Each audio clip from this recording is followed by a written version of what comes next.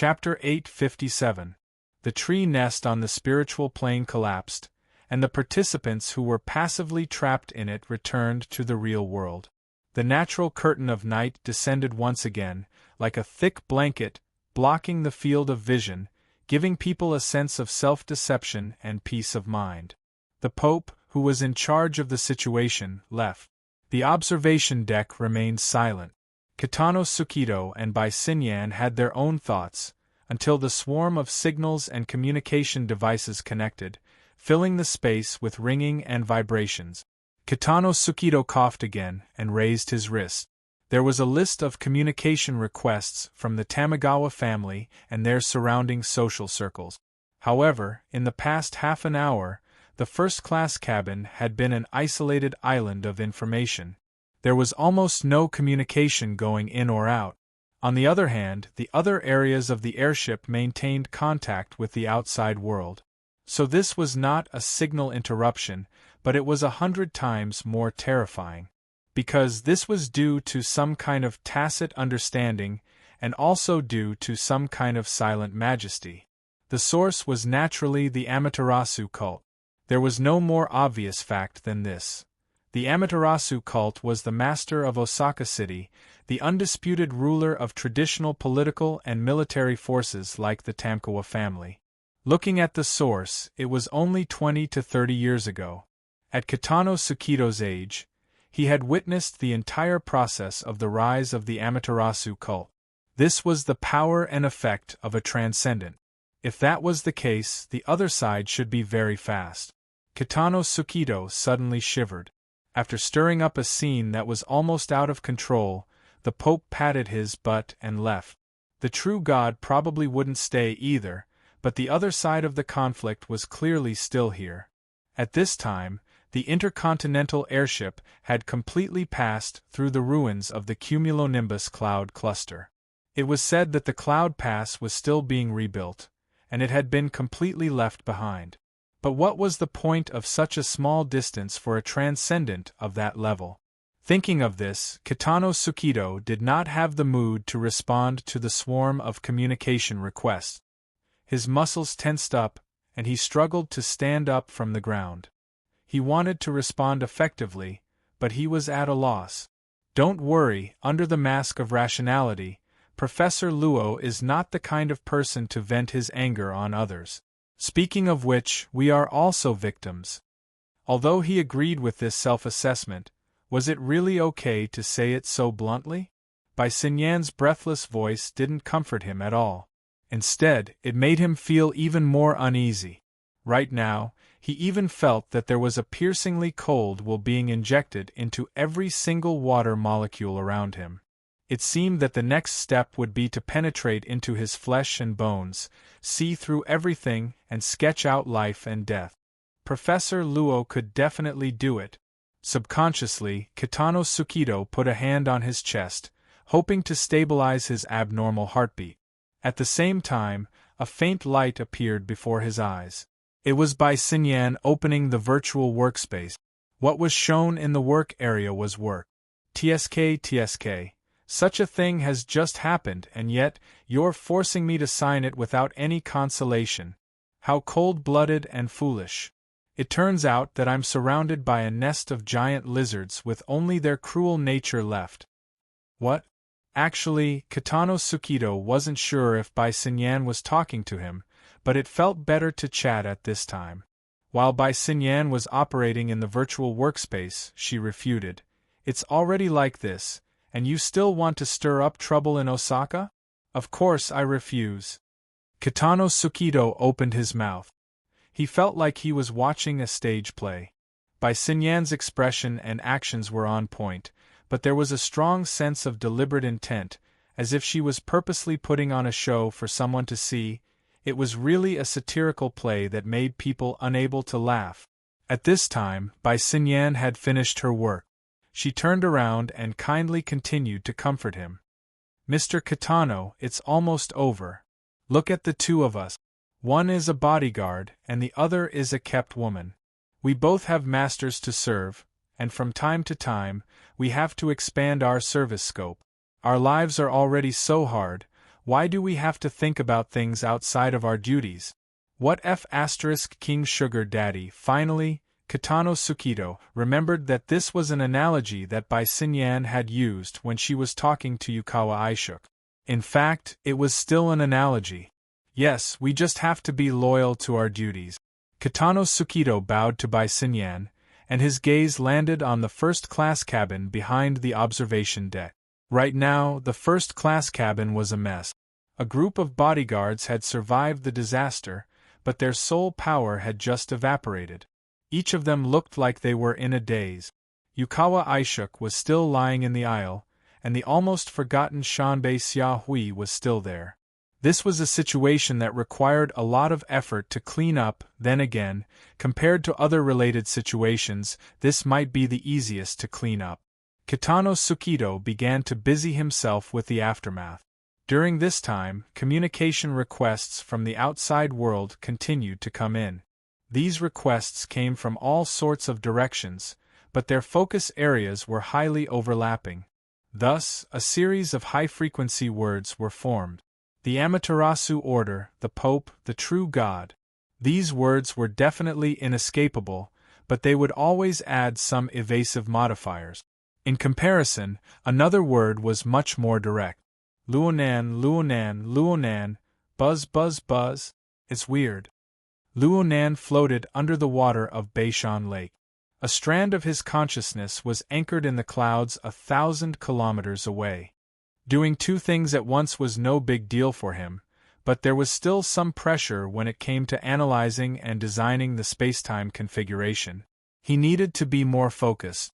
At least half of Luonan's mind was still focused on the moment when the sunwheel descended and bombarded the pass in the clouds.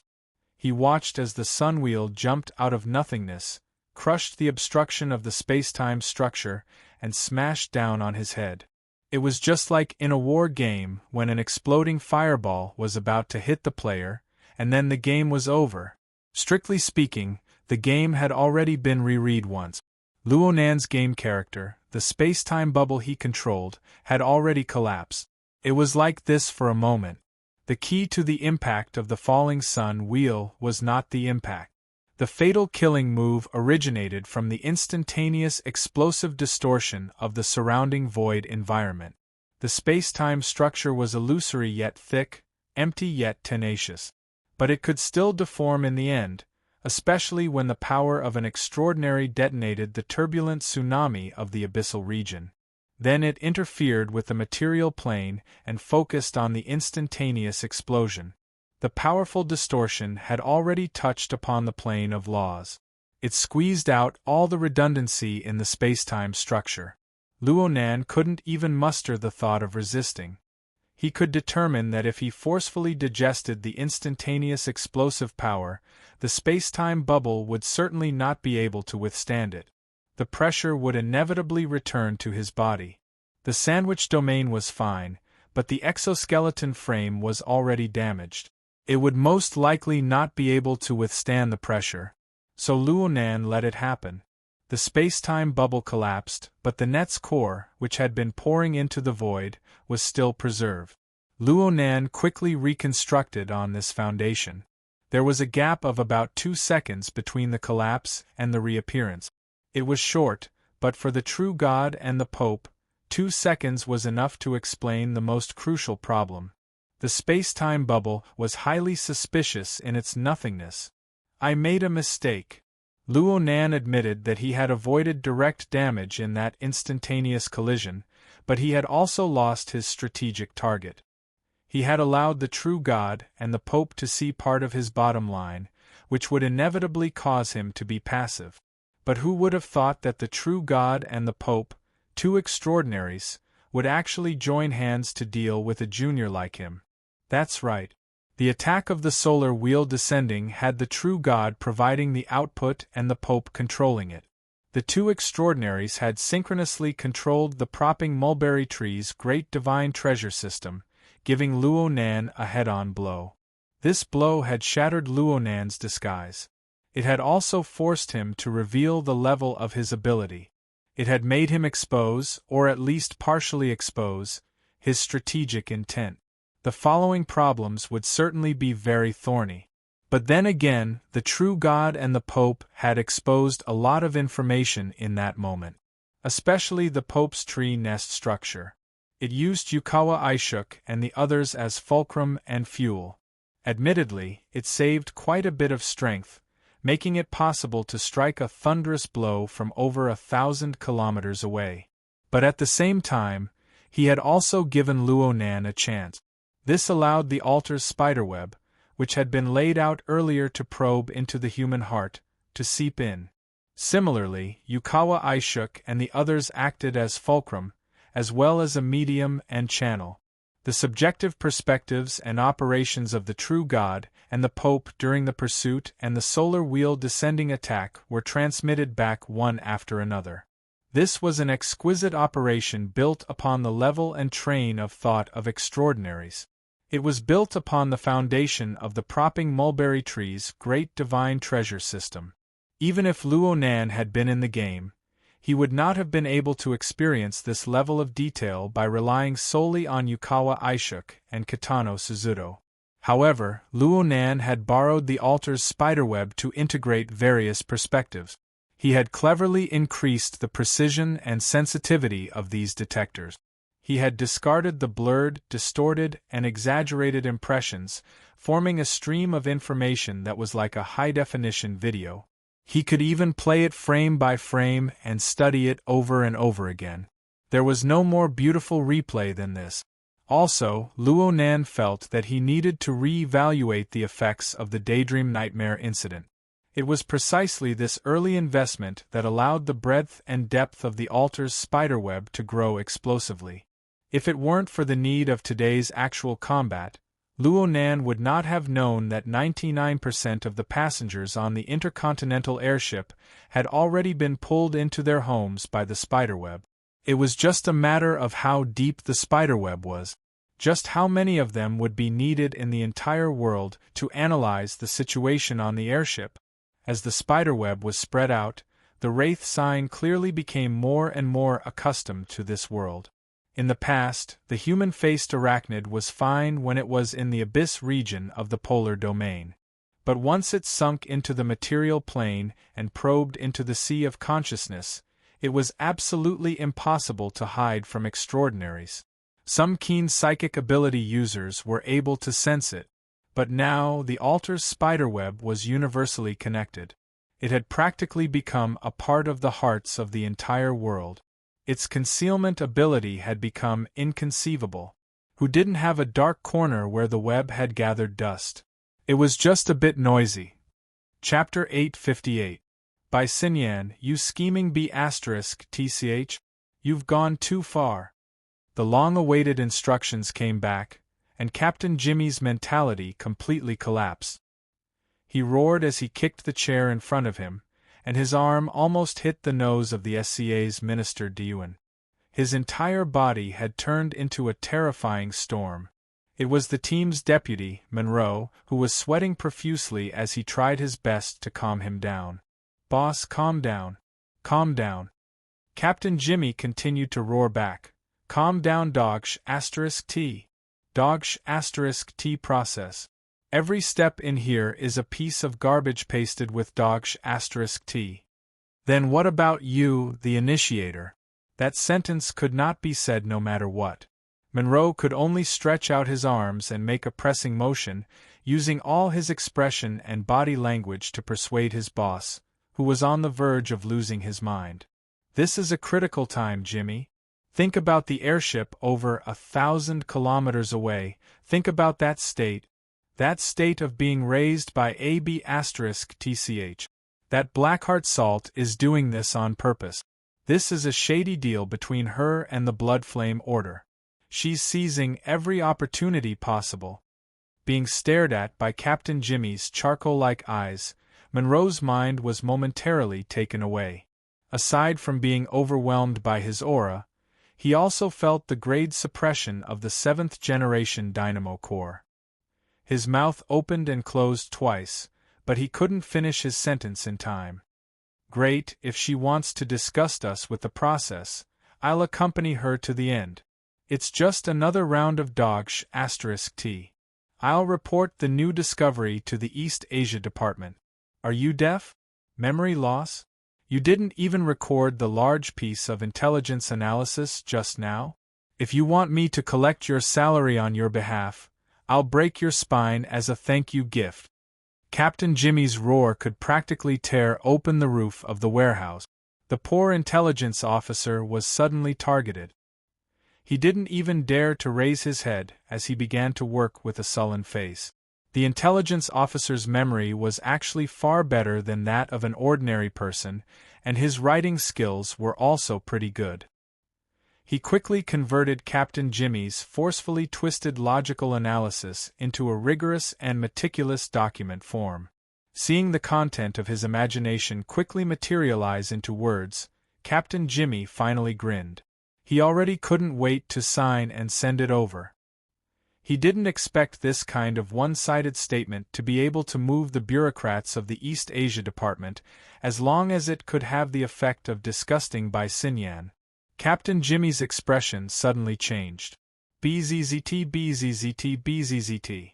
The sudden vibration signal affected all the members of the operation team in the warehouse.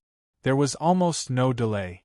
At this moment, the dynamo core determined that the main body was in peaceful mode, and immediately displayed the received information on their retinas. Captain Jimmy choked again. He wanted to vent his anger, but in the face of such a high-priority order, he had to temporarily suppress his emotions. Remote conference? Menda pondered over the core words of the notice, but he was also confused. The fewer words, the bigger the matter. A simple meeting notice was sent to every team member, bypassing the frontline commanders. Even when he wasn't at war, he was still extraordinary. Most importantly, it had come at the right time. Boss, the meeting will start in 10 minutes. Do you think? Mend turned his gaze to the SCA's Minister O'Hara. Captain Jimmy's black and red face still had traces of distortion, but he didn't make a sound and only turned his head to the side. Mend let out a sigh of relief and immediately fulfilled his duties as an assistant. He put on a smile and politely asked Minister O'Hara and the other SCA officials and staff to leave. If they wanted to wait outside, they could wait outside. If they didn't want to, no one would care even if they went home. This layer of buffer was awkward but effective.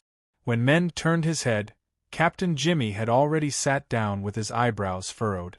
The intelligence personnel who were chased away felt like they had been pardoned. They focused on adjusting the remote channel and preparing for the meeting. Video conference? Reality conference? Tactical conference? After a quick exchange, the emotions of the operation team members in the warehouse were much more relaxed. They weren't unfamiliar with this kind of situation. As the new generation of burners equipped with the 7th generation dynamo core and operating the latest Deep Blue platform, they were originally expensive experimental subjects. They were deployed all over the world to carry out various missions in order to continuously send back experimental data to support subsequent research. On a more realistic level, they also needed to form a brand new tactical system based on the new platform. It had already become a habit to have a tactical conference every 2 or 3 days to exchange experiences. Things like tonight, which consumed a large amount of resources to achieve the effect of long-distance reality communication on a global scale, only proved the importance of this conference. Captain Jimmy needed to carry out this conference as a tactical command. Everyone in the warehouse became busy. Have the surveillance personnel been withdrawn? In position in 4 minutes. Warning system? Activated. Inspecting mental link. Link node clear. Group synchronization rate at 97%. Connecting to mirror image 1 network. Connected. Two-way synchronization initiated. Environmental interference index normal.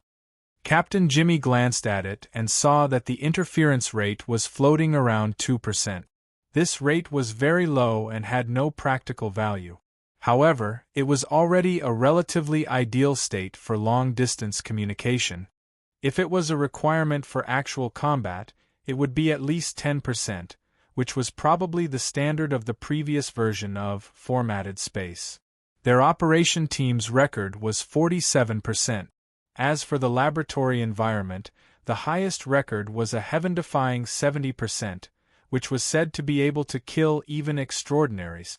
Frankly speaking, up until now, Captain Jimmy wasn't particularly proficient in this kind of combat style.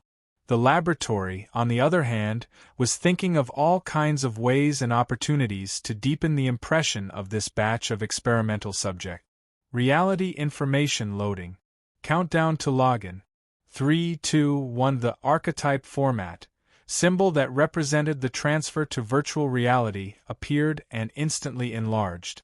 When the tetrahedron, inscribed, and circumscribed spheres expanded to the limit of vision, the emptiness of the central region opened up. The astral winds and clouds in the sky wrapped in the boundless dark curtain of night and rushed towards them. This might be a real scene, or it might be a completely virtual product. Captain Jimmy habitually moved his limbs, but the low interference rate and emptiness made this movement meaningless. He gave up on the warm-up and turned to look around. His operation team had finished assembling and was now in this airspace. In other directions, figures appeared one after another. Most of them were familiar faces. They were all burners who carried the Apocalypse experimental 7th-generation dynamo core. Director Yen is over there. Captain Jimmy quickly saw that their true leader, Yen Yongbwa, who was known as the pioneer among burners, was not far to the side. He was a gloomy and paranoid guy. More importantly, his authority over the dynamo core was one level higher than most of the people here. Whether it was public or private, Captain Jimmy had to go and greet him. Hold on. Men stopped him for a moment, indicating for Captain Jimmy to observe Yen Yongbwa's expression. I'm afraid he's not in a good mood. Oh, virtual reality allowed everyone's external appearance and expression to obtain a high degree of restoration. It could be seen that Yen Yongbwa's bad mood was already visible on his face. His face was ashen, clearly indicating that others should stay away.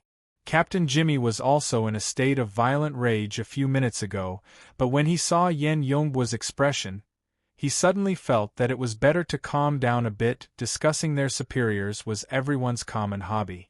Jimmy and Mend were no exception. I remember that he was in a good mood a few days ago. He was waiting to watch a good show. It's an auction. He's waiting for Professor Luo to make a fool of himself. TSK. The two of them understood. It was at this time that a clear graphic presentation appeared in the night of virtual reality. It went straight to the point, informing everyone of the topic of this conference, nature of the conference, tactical seminar, objective of the conference, conduct an analysis and research on atypical extraordinaries and formulate a targeted tactical plan. Case reference: Intercontinental Airship Attack and Defense Battle Keywords. Luo Nan, True God, Pope of 100 Collections, Configuration. The night sky slightly rippled, and in the next second, an airship appeared in the clouds below. The airship indicator light attracted the gazes of most of the participants. Buzzing sounds of discussion arose. Since this was a tactical seminar, the public channels were all open. The participants who entered virtual reality could use voice, text, images, and even telepathically to communicate with each other. Everyone's information network was quite well informed. They were all very sensitive to the focus of the event. Wow, they really are up to date. The real scene is transcoded. It's not a simulation. Is this first-hand information? Where did it come from? Look at this perspective. It's a mosaic of satellite images. How many satellites did they call over? Then what do you think of this close-up view? The emotions and curiosity of the participants were quickly squeezed out by the fast-paced, high-intensity conference. In reality, the vast majority of meaningless exchanges were suppressed to the point where they disappeared without a trace by the time the demonstration advanced to the stage of the chase between the True God and Luo Nan. And when the grand scene of the sunwheel descending and the cloud pass shattering arrived, Everyone was already dizzy from the dazzling scene and the enormous flow of information. Captain Jimmy was one of those who were dizzy. The entire process was played once in less than half an hour. The edited version was played at least 20 times, and the key joints were emphasized over and over 200 times. He was still dizzy even when he returned to the real world. His left eye was the sun, his right eye was lightning, and his brain was full of the cloud pass that was being assembled, burst apart, and then pieced back together. What the hell are they talking about? Yeah, most of it was just guessing. Men's effect of listening to the lecture wasn't much better than Captain Jimmy's. Of course there were explanations in the real scene demonstration. But there were configurations on the left, configurations on the right, and some spacetime structure in the middle. The storm of the gully region, coupled with the chaotic and complex structural analysis of the cloud pass, was completely directed in the direction of evaporating one's brain juice. Captain Jimmy was baffled. If one had to consider all these messy things during battle, how would one fight? Perhaps it was because of this that he was holed up in the operations team as a squad leader. But come to think of it, those who had a higher status and authority than him might not be any better off today. The information vibrated over. He glanced at it and felt a little dizzy again. F***CK. Those people from East Asia Institute. Huh, this is good. Mend was baffled. What's wrong? They're using us to return a favor. Huh! The tactical example just now, the one that just came out, seems to have returned the favor and taken it from the Amaterasu cult. For this, we have to return the favor and temporarily help the Amaterasu cult. We're helping the Amaterasu cult in Band City? Can we afford to? That's what it means, high-level thugs? Captain Jimmy didn't mind at all. Rather than working for someone else, he was more interested in getting out of this boring old warehouse and actually doing something useful. Whether it was dealing with the vagrants or higher-level enemies. Mend, on the other hand, was thinking about something more practical. Who should we contact with the Amaterasu cult? This East Asia Institute is a little too much. Captain Jimmy was stunned. He looked at the contents of the mission again. There was no explanation in this regard at all. This was more troublesome. He tried to find the East Asia Institute to clarify things. Just then, he received an instant message. Captain Jimmy's expression changed immediately when he saw the message. Mend glanced at it and saw the words, "By Sinyan." He snorted in his heart and instinctively thought of the worst. He looked at Captain Jimmy again. At this moment, his expression was even worse than Yen Yong's. In the sky above Band City Airport, indicator lights and radio signals intertwined. After 4 to 5 hours of tossing and turning, the huge intercontinental airship returned to the airport. Sigh on the airship that was about to land, By Sinyan sighed. Her slender fingers caressed her forehead, pretending to be weak. I told you that your soul power has evaporated and your mind is damaged. You need to rest. Why didn't you listen to me? Kitano Suzuto glanced at her. He had enough of her exaggerated acting skills. The one who didn't need to act to show that he was extremely worried was his boss. Yukawa Aishuk gripped the outer edge of the space capsule tightly. His entire body was tense and rooted to the spot. It was as if he was facing a life-and-death situation. In fact, in Yukawa Aishuk's eyes, the airship that was about to land at Band City Airport and himself on the airship were bait that was about to be thrown into the devil's mouth. In the future, he would only be eroded by acid. It's all Luonan's fault. It's all Luonan's fault. Luonan. Chapter 859. Sister Yuan, it's true. I just went for a spin. The subsequent developments were completely unexpected. It's nothing. It's really nothing. My limbs are all gone. I didn't even spit out a mouthful of blood. The situation has been too chaotic recently. I need you to take care of the family, Sister Cat Eyes. You worship me? Then don't make fun of me in the group. I used a portion of the principles of the lamination interference technique in the battle, but it can't be considered a mature application. I will summarize the specifics of the situation, and then we will discuss it. Although Luo Nan had done many world-shaking things during the time he had been away from home, it was only during the previous half an hour that he had taken out his own name. It was during this half an hour that he needed to spend several dozen times the time to deal with the subsequent effects that followed. The Xia City branch was certainly in an uproar. Actually, the inner world was already in a storm not long after the incident.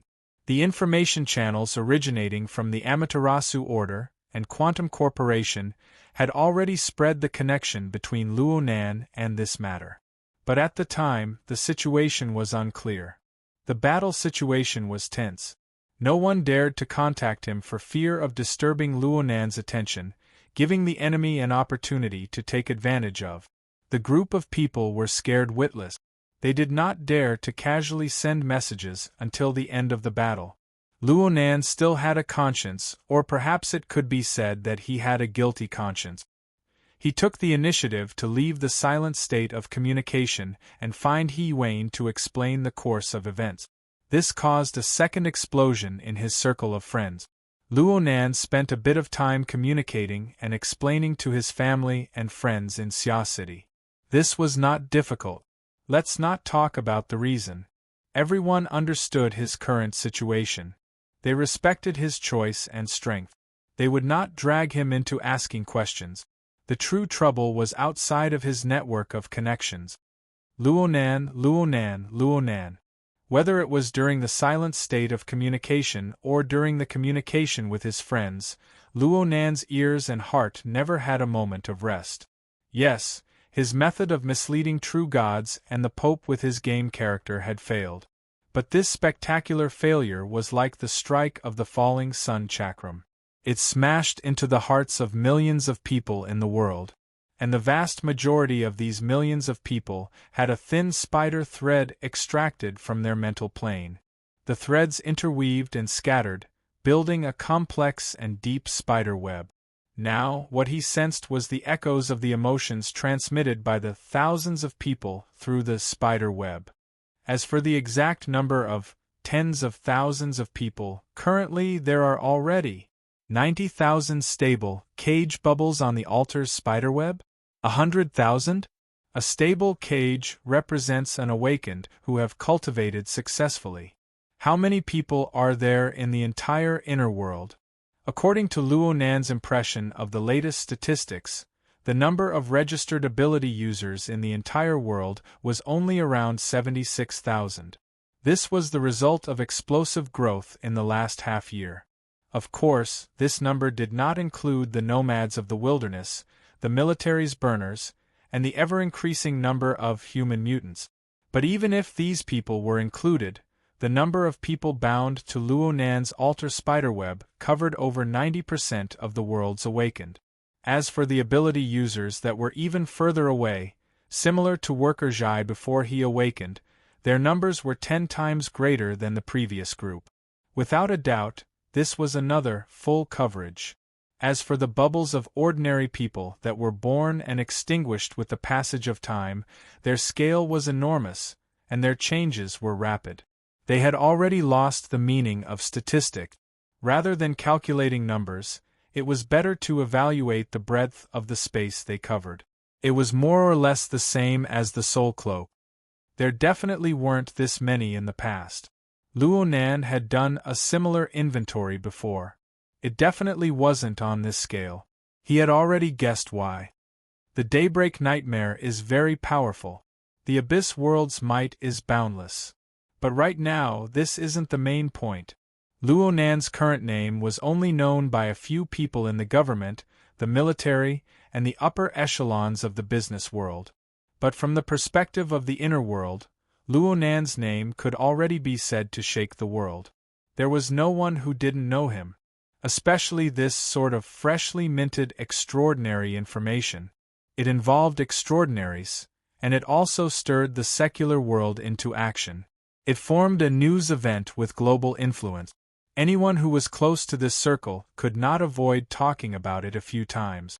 In this way, hundreds and thousands of people revolved around Luo Nan every minute and every second. Their thoughts unfolded, and they even conversed with this name. A storm of information and a maelstrom with no end gradually converged within the constantly changing space and time. If it were someone else, this storm would only exist within the transmission and storage of various media, relying on a material carrier to exist. But for Luo Nan, it was a different situation. The altar's spiderweb stood in the void, appearing and disappearing in the hearts of people. The noise that echoed in the mind was like the vibrating hum of mosquitoes and flies. Not only did it make clear the core meaning, it also informed every noise-making node without restraint of the location, medium of transmission, flow trajectory, and even emotional color. This was the resonance between the human communication network and the altar's spiderweb. It was the deep level of information in the material and mental domains. It was the comprehensive feedback of Luo Nan's deep and rich layers of senses. At this very moment, Luo Nan's eyes and the bottom of his heart reflected such a complicated background and complex world. It was precisely because of the complexity that the noise surged with large amounts of repetitive and redundant information. It formed a surging flood that washed over him without end. This is a bit annoying. Though he said this, Luo Nan's state of mind was still quite calm.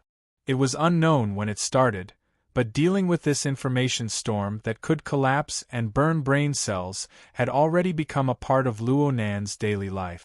The grand structure of the living starry sky, the global coverage of the soul cloak, the trillions of fragments of the misty maze, the sunwheel and absolute purgatory formed together into the abyss world. Again and again, each wave was more powerful than the last. In the end, Luo Nan was equipped with an immunity.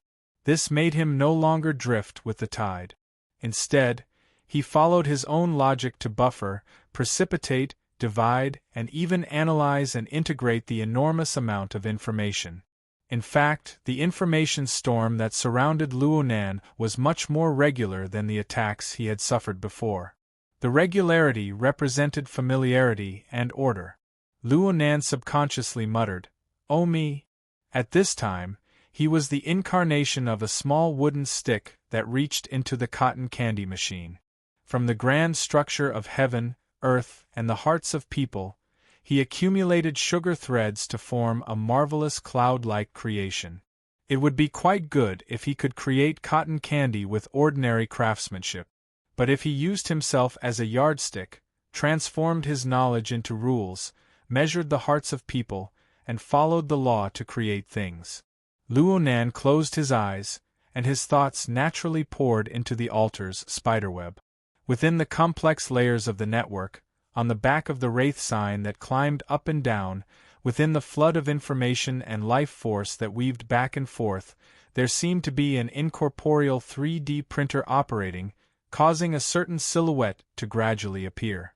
That appearance was that of Luo Nan. Compared to Luo Nan of the real world, the two were like human figures inside and outside a mirror. They were mirror images of each other. Only some of the details weren't perfect enough. They needed to be corrected. Chapter 860. Everyone has a heart that strives for perfection. They want to fix imperfections. Luo Nan's thoughts shuttled back and forth on the mirror image, comparing it with each other. It was more or less the action of looking into a mirror, and the more he examined and corrected it, the more detailed the mirror image revealed. This was not strange. This was because this was the accumulation of images, emotions, and calculations in the hearts of hundreds of thousands of people. Thanks to the blessing of modern imaging technology, very few people would mistake him. At the very least, they had a basic understanding of his appearance. This guaranteed the basic recognition of the mirror image. But under the appearance of convergence, everyone had their own understanding of Luo Nan in their hearts. Just as the saying goes, different people have different opinions. The vast majority of people had fixed impressions based on the guidance of various media, but they more or less had their own opinions. There were overpraise, prejudice, vilification. and they were using modern convenient channels of information to rapidly communicate with each other, influencing and overlaying each other. In this way, the corresponding accumulation of images became more and more cumbersome, redundant, complex, and contradictory. Most importantly, it was distorted. This gave Luonan the fulcrum to pry open people's hearts. But it was precisely this distortion that passed through the spiderweb of the altar and converged onto the mirror image. The surface was calm, but the inside was conflicting and colliding with each other. It could collapse and fall apart at any time. The reason why it did not collapse was because the mirror image existed in advance. It was the basic core that Luonan had already established. It was built on the foundation of formatting theory. It went through the polishing of the 9 orifices 6 roots martial arts philosophy. It went through the deepening of coupling theory, and it went through the immersion of the condensation ring and other configuration concepts. Luonan relied on this to construct the glorious and resplendent living starry sky, touching upon every corner of the complex and real world. Of course, the system brought by the Wraith sign had always surrounded and influenced him. And all of this, if traced back to the source, could be attributed to the abyssal world's sun wheel and absolute hell. It was a vast and dangerous balance. Luonan had deduced this when he researched the lamination interference technique. Now he naturally used it. It was this clear dissection that anchored a relatively stable fulcrum for Luonan between heaven, earth, and the hearts of people. The changes of the wind and clouds in the surroundings had a fixed foundation, could be deduced and born from basic rules. Of course, these rules were still fuzzy, but they were already divided into near and far, virtual and real and illusory. Even in the complex overlapping space and time, in the distorted and chaotic bewilderment of the hearts, they could still firmly exist. And on this foundation, they dealt with the distorted image transmitted by the altar's spiderweb and deduced more essential things. Overall, this core might not be and the core might not be perfect, but its source was clear and the direction was correct. At this moment, it could be seen that the torrent of thoughts formed by hundreds of thousands of people was not entirely a burden. It was good to have those distortions, contradictions, and conflicts. Though some of the images of Luonan in people's hearts weren't realistic enough, they were proven to be achievable through deduction. They harvested some fantastic ideas. Some of them appeared to be very reasonable, but after deduction, they discovered that their current strength was insufficient. There were also some that were completely off the mark in their deductions. Their roots were wrong, and they didn't belong to him at all.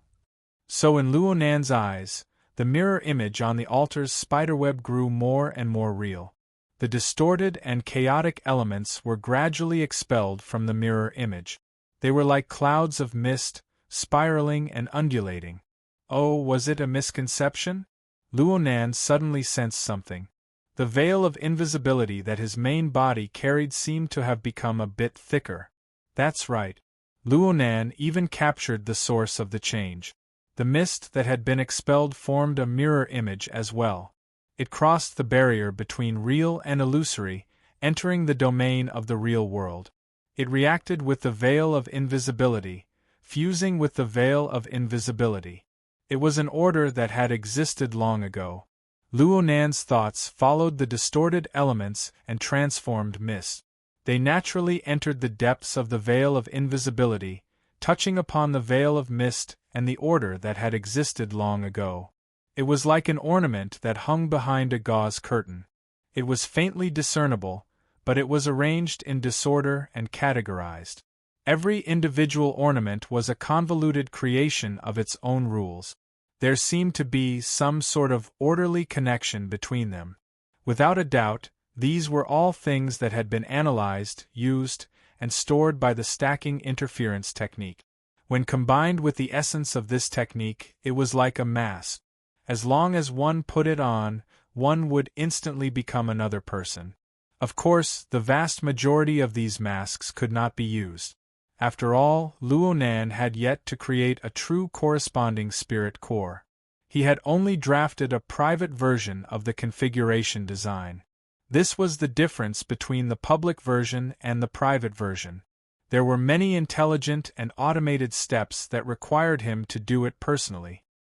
He had to research and ponder over them one by one to find the corresponding activation program. Only then could he use them. But in any case, he had walked the right path. Not only did the previous accumulations exist within the veil of invisibility, new elements were constantly precipitating. They grew in number and clarity. They originated from Luonan himself. They came from his core. All sorts of abilities, skills, and rules were analyzed within the core. They were transformed into materials and components, arranged in order. All sorts of designs were needed to be pieced together in order to finally form a complete and logical mask template. For example, based on the condensation ring, he had already derived skills such as the water drop sword and soul cloak. Going even more complicated, the cloud pass he had just created involved basic materials from other domains and was pieced together under the rules of the configuration system. But from the looks of it, this was just a semi-finished product. He needed to review and research many times before he could finally take shape. And even if he did take shape, this kind of template would be relatively monotonous. Was he supposed to go out and fight enemies? Was he supposed to hide inside like a tortoise? He needed to bring out a set of combo punches. Of course, this series of materials that belonged to Luonan had already been integrated into his current default template framework. Overall, it was already quite mature. And this default template seemed to be able to perform more perfectly than Luonan's body and soul framework. After all, this was the product of theorization. Speaking of which, the stacking interference technique was very much like an analytical tool when used. It could perform an in-depth analysis of the various elements contained within itself, or it could perform combinatorial experiment. It was simply like a laboratory cum dressing room. It was an extremely efficient operating environment. But no matter how efficient it was, Luonan still needed to expend quite a bit of effort to reassemble a new template, especially one that could completely conceal his identity. Luonan found a new toy, and his mind naturally fiddled with it. During this process, the mirror image on the altar's spiderweb and his true self in the real world intersected and fused on a deeper level. The space-time bubble around his body correspondingly transformed into a faintly discernible mist. It was lively and fleeting. It seemed to be supported by an incorporeal flow of air, and sunlight and moonlight rotated and poured into it. It transformed into boundless colors and shapes, and as he fiddled with it, the original decorations and the new products that had gradually accumulated flowed through his mind like a horse lantern, allowing him to inspect his memories. This one had just been precipitated. It was useful. It was too simple. This one looked very reliable, but he couldn't find the right door to enter. And this one, Luonan's mind suddenly came into contact with something that was half old and half new. It was like a bizarre mountain range hidden by clouds and mist. There were grotesque rocks and jagged rocks that spiraled and stacked on top of each other. They formed a structure of their own, and magma snaked and flowed within. At first glance, it looked like a mountain of flames in the depths of fiendish prison.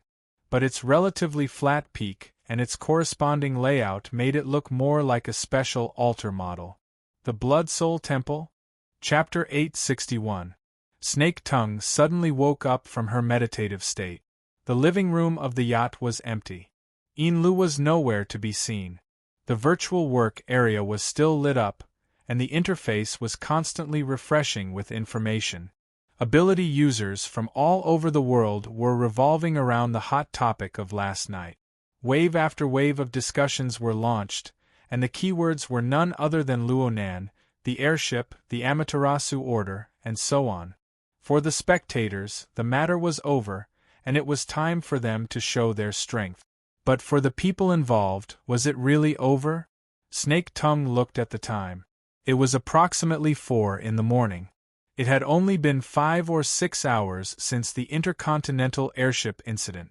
The atmosphere in Band City was still very low, making her heart feel heavy. Snake Tongue adjusted her aura and followed the feeling in her heart.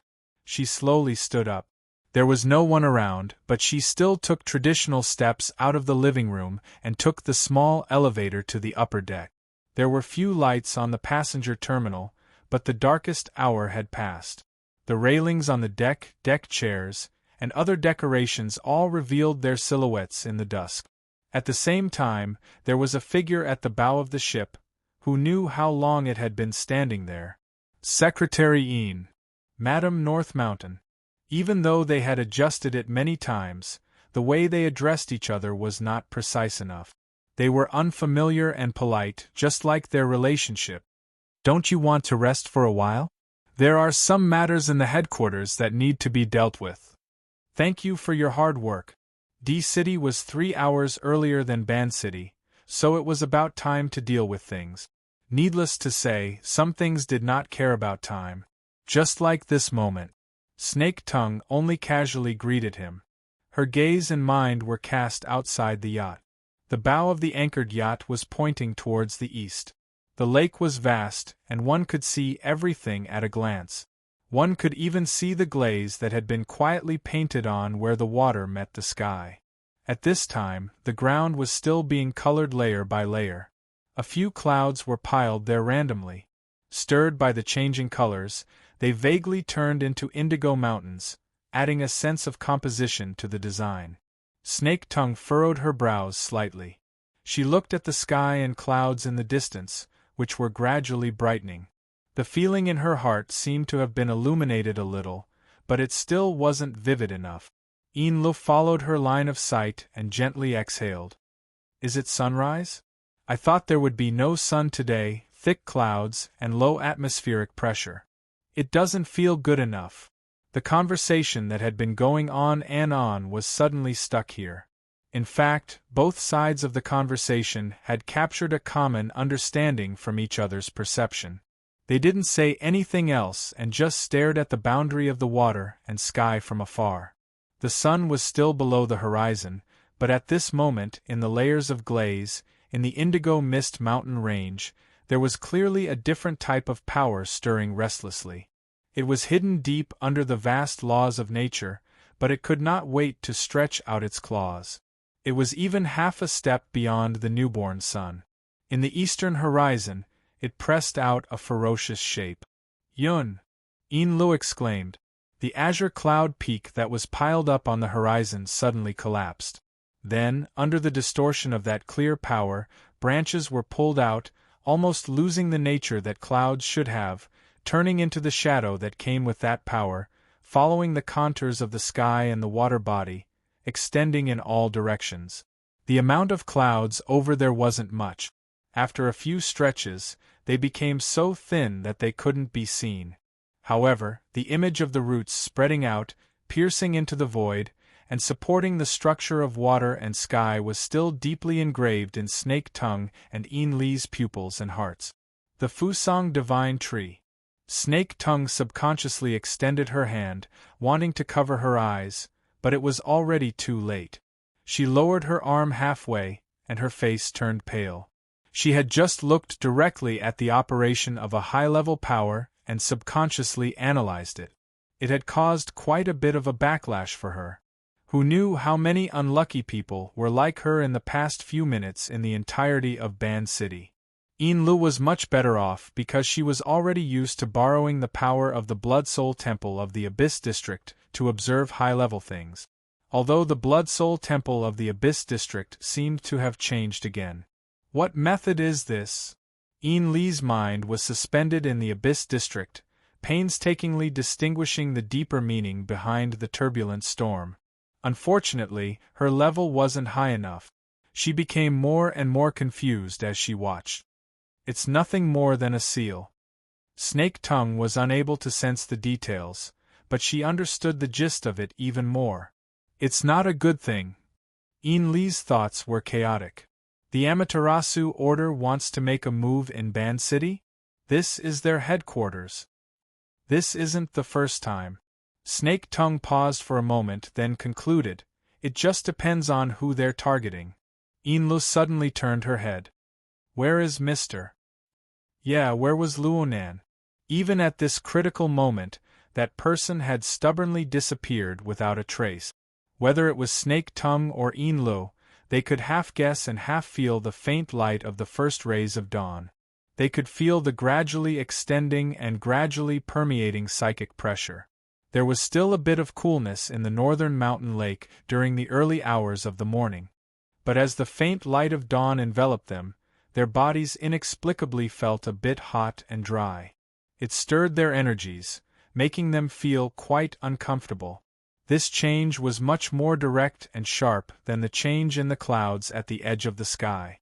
Snake Tongue lowered her eyelids and tightened her mind. She whispered, "Don't expose yourself to the outside." Indeed. Enlu gave one last glance at the light of the clouds at the edge of the sky. She turned around and walked back, but she hadn't taken 2 steps when she sensed something at the same time as Snake Tongue. In the blink of an eye, the two saw a small flying machine suddenly soar into the sky from the warehouse at the dock. It didn't obey the traffic rules of the peaceful trade market. It flew straight into the clouds and soon disappeared from their line of sight. Enlu and Snake Tongue glanced at each other. They both furrowed their brows. In this kind of situation, as long as one was an ability user, they would have to make some sort of reaction. However, most of them would be like Enlu and Snake Tongue. They would be muddle-headed and make guesses. Captain Jimmy's reaction was too obvious. This wasn't strange. After all, they were backed by Quantum Corporation and even the government and military. On the other hand, over at the inner world, the two hurriedly returned to the living room on the lower deck. It was quite strange. As they entered the shadowy area of the cabin, the discomfort brought about by the disturbance of energy naturally calmed down. The effects were immediate. They just didn't know if this was a temporary phenomenon. The projection work area was still flickering at this time. The interface where Luonan and the Amaterasu order spammed before finally had some other elements mixed in. Band City, Fantasy Clouds? This topic had just appeared for a few seconds when another freshly baked topic flipped to the top. Band City's sunrise. Please help me decipher it. Vitality is restless? I nearly went berserk just now. The coordinates are the Shitian district of Band City. The Divine Tree's Kingdom of Heaven descends. Since the topics discussed in the forum were closely related to Band City, the words that followed easily swept away a large amount of attention from the world. Enlu opened a few posts and similar topics became very influential. She used the waterfall mode of intelligent categorization to automatically select keyword. She scrolled for over half an hour, but the more she scrolled, the more she scrolled. However, the majority of the posts were pictures, descriptions, conjectures, and the like. Aside from pointing the spearhead at the Amaterasu order, there wasn't anything useful. Enlu's brows furrowed. She wanted to go to a more professional circle to take a look. Just as she left the post page, she saw a new post that was highlighted, pinned to the top, and other effects. It forcefully appeared in the very center of the work area. The bright red words were extremely glaring. Most importantly, the poster was from the Band City branch of the Ability User Society. Enlu's wristband buzzed and vibrated at this moment. She lowered her head to glance at it, and her brows furrowed even tighter. This is troublesome. The forum post opened as she spoke. The information on the wristband was split into 2 screens and projected onto the work area. The reason why Enlu did this was because the things described on both sides were exactly the same. Even the words and sentences used were exactly the same. The gist of it was that Band City's side discovered that an extremely dangerous mutant had infiltrated. The Amaterasu order was righteous and had taken the initiative to open a so-called divine nation to protect the safety of the citizens. The Band City branch demanded that all ability users in Band City immediately register online and report their location as well as the brief situation of the nearby ability users. They were to cooperate with the banned city government and the SCA in conducting a comparison of social authority in order to ensure safety, and so on. Big Sua's entire city. Is the banned city branch sticking their faces under the feet of a true god? Are they willing to act like cows and horses to play with? The above words weren't said by Yin Lu or Snake Tongue. It was the ridicule of some spectator on the forum. However, this person's words hit the nail on the head. As an ability user society branch organization without an extraordinary overseeing it, the banned city branch had already been reduced to a vassal of the Amaterasu order over a decade ago. Normally, it was invisible. Now that it had jumped out, it was nothing more than a marionette on stage. This is looking for Mr.? Yin Lu and Snake Tongue looked at each other once more. They both felt that trouble was imminent. The power of the Amaterasu order, coupled with the semi-official nature of the banned city branch, really did possess something akin to a legal coercion in the inner world. It was more or less the same as fight if you don't accept it. Even if they were cooperating, Yin Lu could go register, but she was the only candidate who could register. It was true that Snake Tongue had an ordinary identity in Band City, but in the end it was just a facade. She had always hidden her true identity and notoriety. Not to mention Luonan, who had made his debut under the name of Mr. Mo. However, there was no such person as Mr. Mo in this world. Even though Yin Lu had left some arrangements in D City over the past 2 days, it was enough to deal with normal situations. The people on the ship gathered together and corroborated each other. The logical clues were chaotic. To sum it up, suspects. However, wasn't this a bit of a roundabout way too big?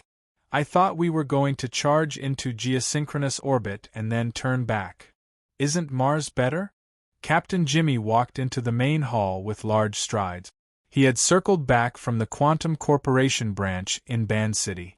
The private airship had just finished connecting with his flying craft. However, the sarcasm in his words was not limited to his family's itinerary. Bai Xinyan could be seen from afar standing in front of a projected area that was not yet clear. Her complexion was normal, and she was even smiling and greeting Captain Jimmy. Next to her was Yukawa Isu. He had an unlucky expression on his face. He was sickly and dispirited. He turned a blind eye to Captain Jimmy's arrival. "You're beating around the bush because you can't find him. Hee, you're still so self-confident." Captain Jimmy was still a bit confused about the new mission he had been assigned.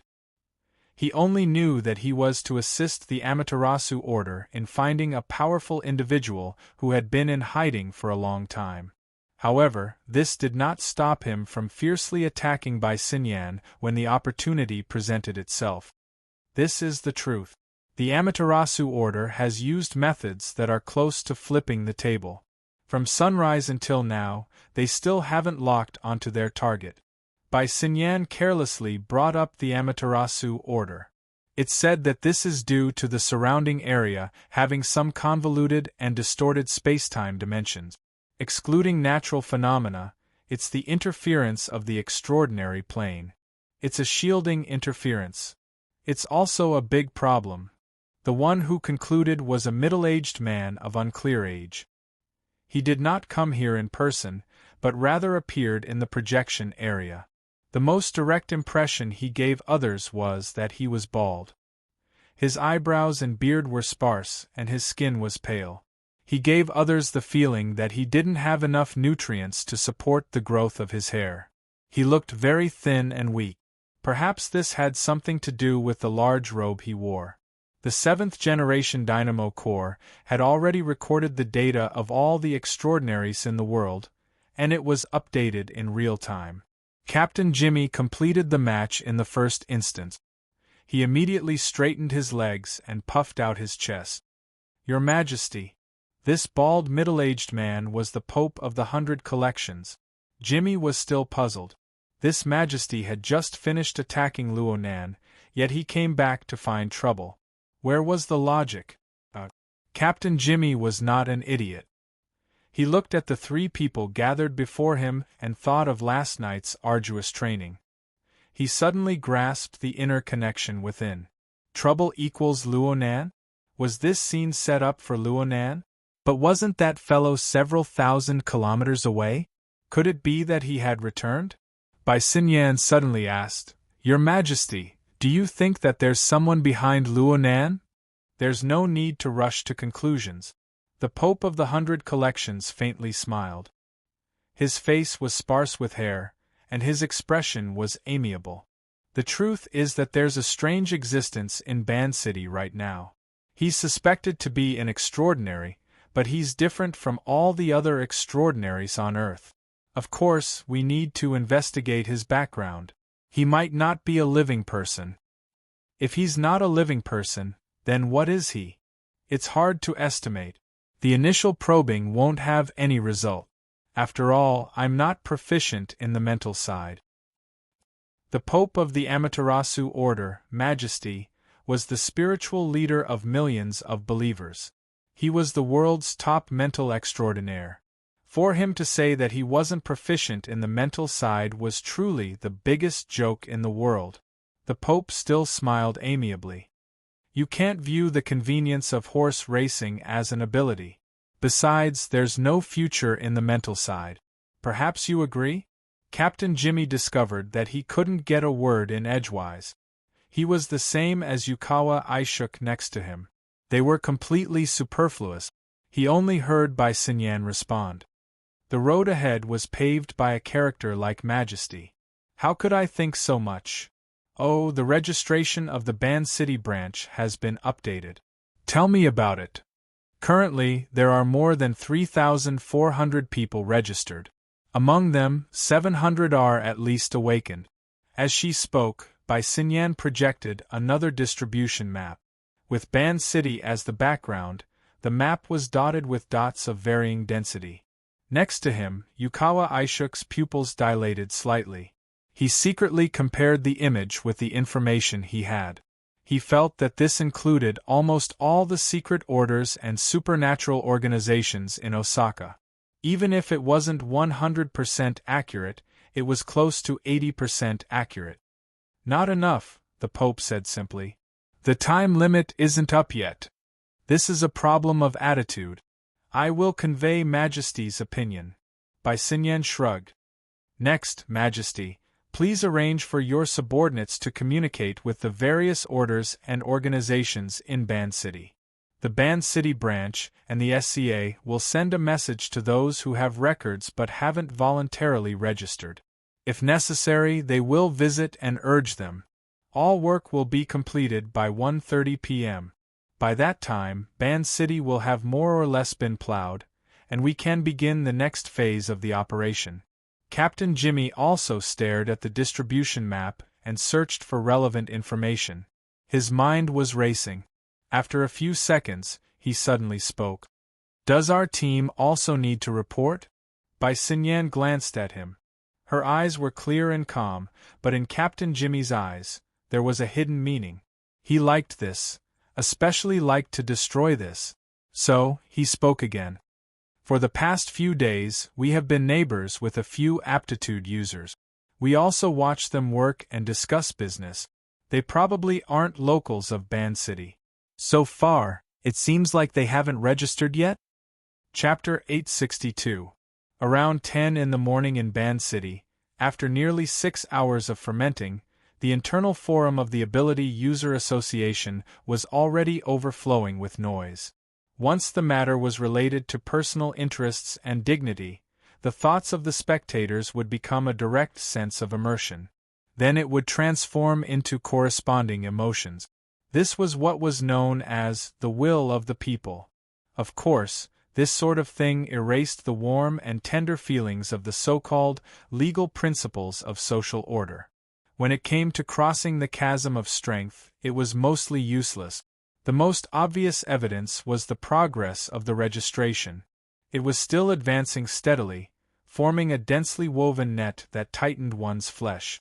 This sort of method completely relied on superior resources to crush them. There wasn't the slightest bit of ingenuity, yet it left people helpless. Truthfully speaking, there was always a bit of buffer space within the crushing of society's resources alone. What truly gave the ability users in Band City a sense of oppression and suffocation was the sunlight that sprinkled down to every corner of the city. The sun had already risen to the top of their heads. Its heat and penetrative power continued to rise. It didn't matter if one was outdoors or indoors. It didn't matter if one was exposed to direct sunlight or hidden in the shadows. The all-pervasive light waves could always permeate the surroundings of people. They carried the tyrannical interference imprint of the Amaterasu order. They were like demonic eyes floating in the air, radiating a gaze filled with blazing malice. Enlu and Snake Tongue were on the bottom deck. For the first time, they felt resentment towards the brilliant lighting design of this area. They had already closed the light baffles of the portholes, isolating them as much as possible from the sunlight. The lights inside were also extinguished to distinguish the direction of the penetrating light. The entire living room was dusky. The only source of light was the virtual work area.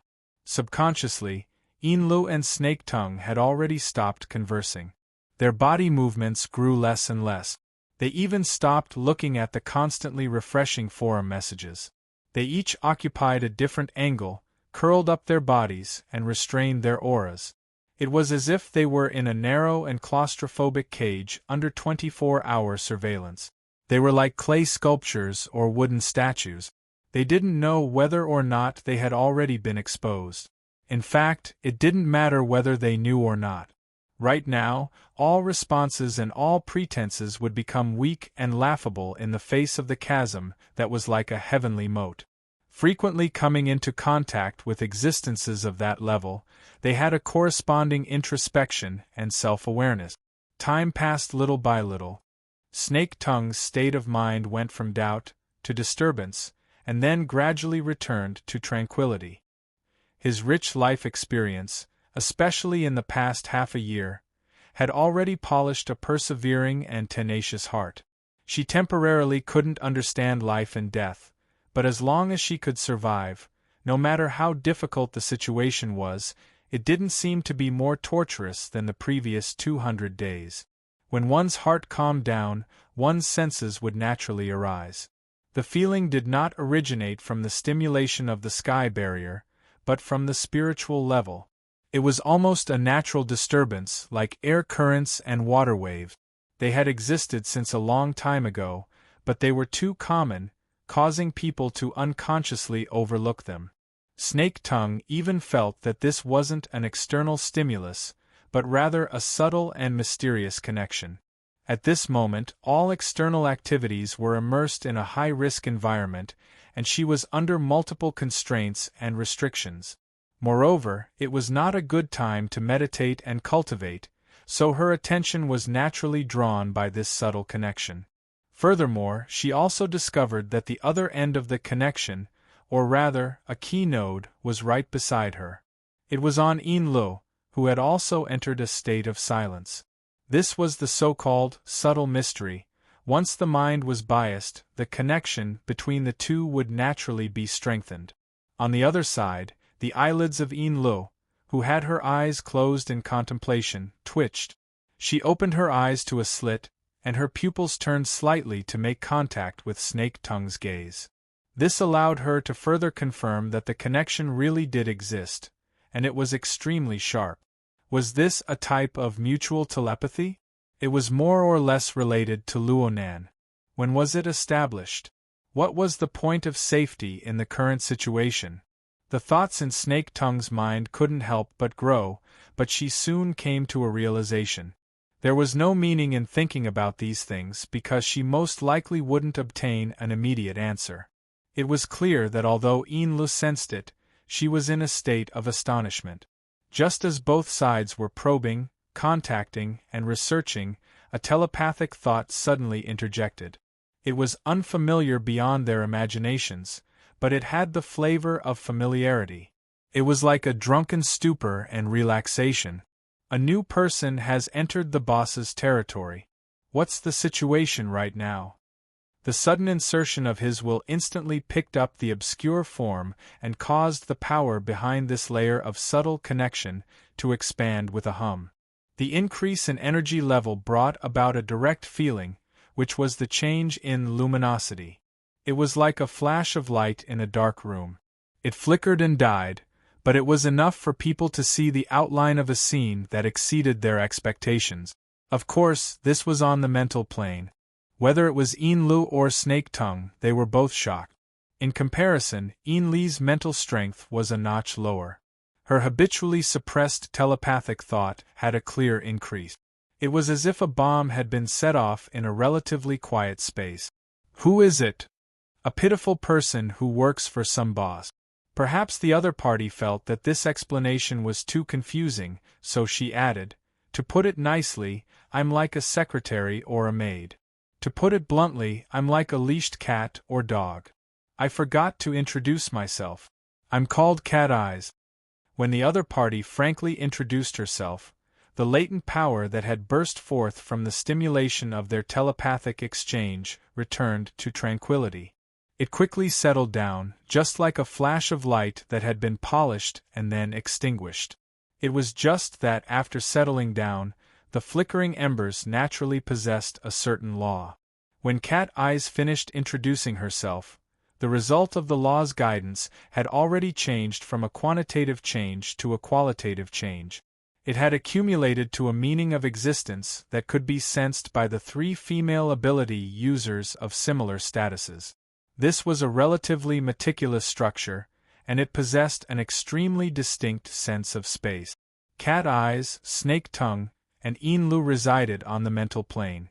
Their eyes, ears, mouth, nose, and all sorts of other senses, as well as their perception of the external material world, were separated by a layer.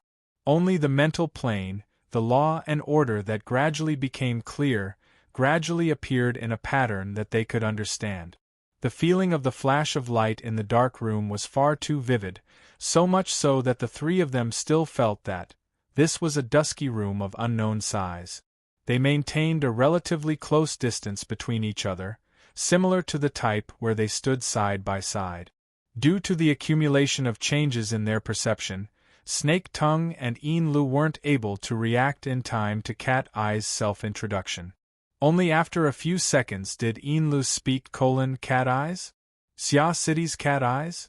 After half a year of in-depth understanding, Enlu naturally knew that Cat Eyes was a member of Luonan's circle of friends. But for them to meet under these circumstances, it seemed that their identities weren't as simple as just friends. If it was a deeper layer, was she a forbidden zone? It had to be said that Cat Eyes' attitude gave the 3 a good start in their interaction. Under her good example, and of course within Luonan's domain, Snake Tongue and Enlu had no meaning in hiding their identities. Their self-introductions naturally came. There was a certain awkwardness in this period of time.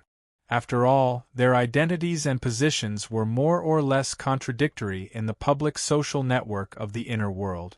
However, Cat Eyes didn't nitpick. Whether it was Enlu, who came from the Bloodflame Order, who was deeply involved in the Sun Jiai intermediary case, or Enlu, who was once her mortal enemy, Snake Tongue, who was theoretically missing or even dead, she only clicked her tongue twice. She quickly returned to a more realistic level. "You guys are all in Band City. What are you helping him do? Work? Daily life? Warm the bed?" "We're just listening to Mr.'s arrangements." Enlu appropriately followed up, allowing the idle chatter to have a relatively smooth relay. "Things aren't going well now that the Divine Kingdom's canopy has opened, right?" "That's true. Is there any news or reaction from Xia City?" "There's an uproar, but we're just watching the excitement. But looking at your current situation," Cat Eyes snorted twice, "everyone says that the boss fought a battle with the Amaterasu Order on the Pacific Ocean. Now that he's overcome his calamity and broken through, he's like a flying bird and a jumping fish. But if that's the case, it doesn't seem to be the case?" "It's a bit complicated." Enli's mood was indeed quite complicated. "I understand your feelings, but it's the same as before. I really don't understand what in the world is going through someone's mind. His lordship's previous arrangements were always like this. Snake Tongue joined in as well. Their telepathic communication was a bit more straightforward than usual. Yeah, it's a mess. But in the end, he's always forcefully rescuing the situation, giving people the misconception that he's unfathomable. Cat Eyes was happy to introduce her experiences to these two latecomers, even though she didn't really understand the current situation. In the past, Cat Eyes often borrowed the Living Starry Sky, the large production line, and other similar mental domain structures to launch a long-distance mental link with Luonan. But those were relatively abstract mediums. It was like facing the void, crossing unexplainable dimensions. But in the current situation, it seemed that there was a solid structure that gathered the souls of the three together. It was like, before they could make a clearer judgment, light and shadow appeared within the empty room. Moreover, it formed into a visual image that could be easily understood. The first thing that appeared was the scenery of a chaotic sky filled with clouds. They could even hear astral winds blowing past, whistling through the air. The sound and color were both present and extremely vivid. In this special stage, Cat Eyes and the other two quickly thought back to the scene from last night. Cat Eyes snorted again. What's going on? A fortress in the clouds, a falling sun, yesterday reappearing? Inlu was probably thinking the same thing. On the other hand, Snake Tongue's thoughts had an additional layer. Perhaps this was the cloud world that had trapped her for half a year? As the thoughts of the three deviated, the image that appeared changed. In the depths of the clouds, rules and laws were vaguely visible within. As the astral winds blew, the surrounding clouds dispersed. However, there were also a few strands of yarn that were entangled with the enormous creation within. Under the interaction of the two, a silhouette was gradually revealed. Oh, it really is. The scene that appeared before the eyes of the three was clearly a fortress formed from clouds. Even though the background was a vast azure sky, it still towered majestically. Especially its connection to the surrounding clouds.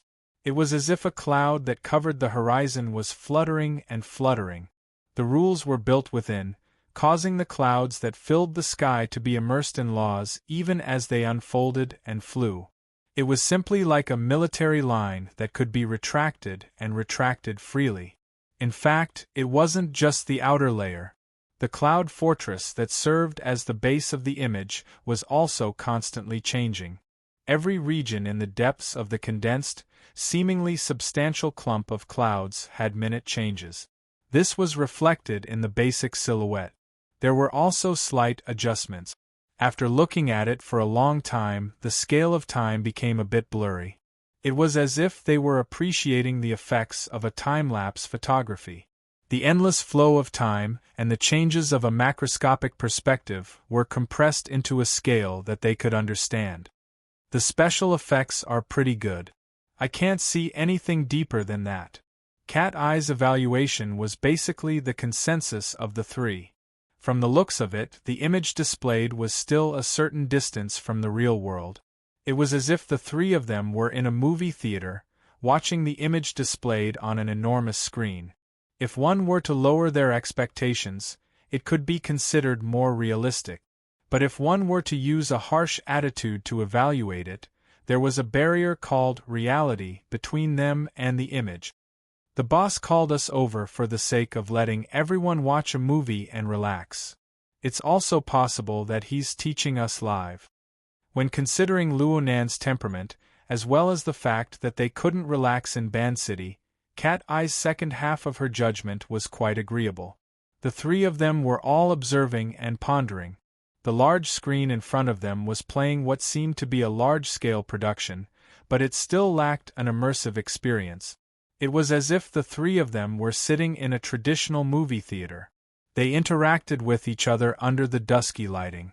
They could only see the blurry silhouettes of each other, but they were unable to see any further details. This sort of analogical experience made it easier for them to adapt to their current environment.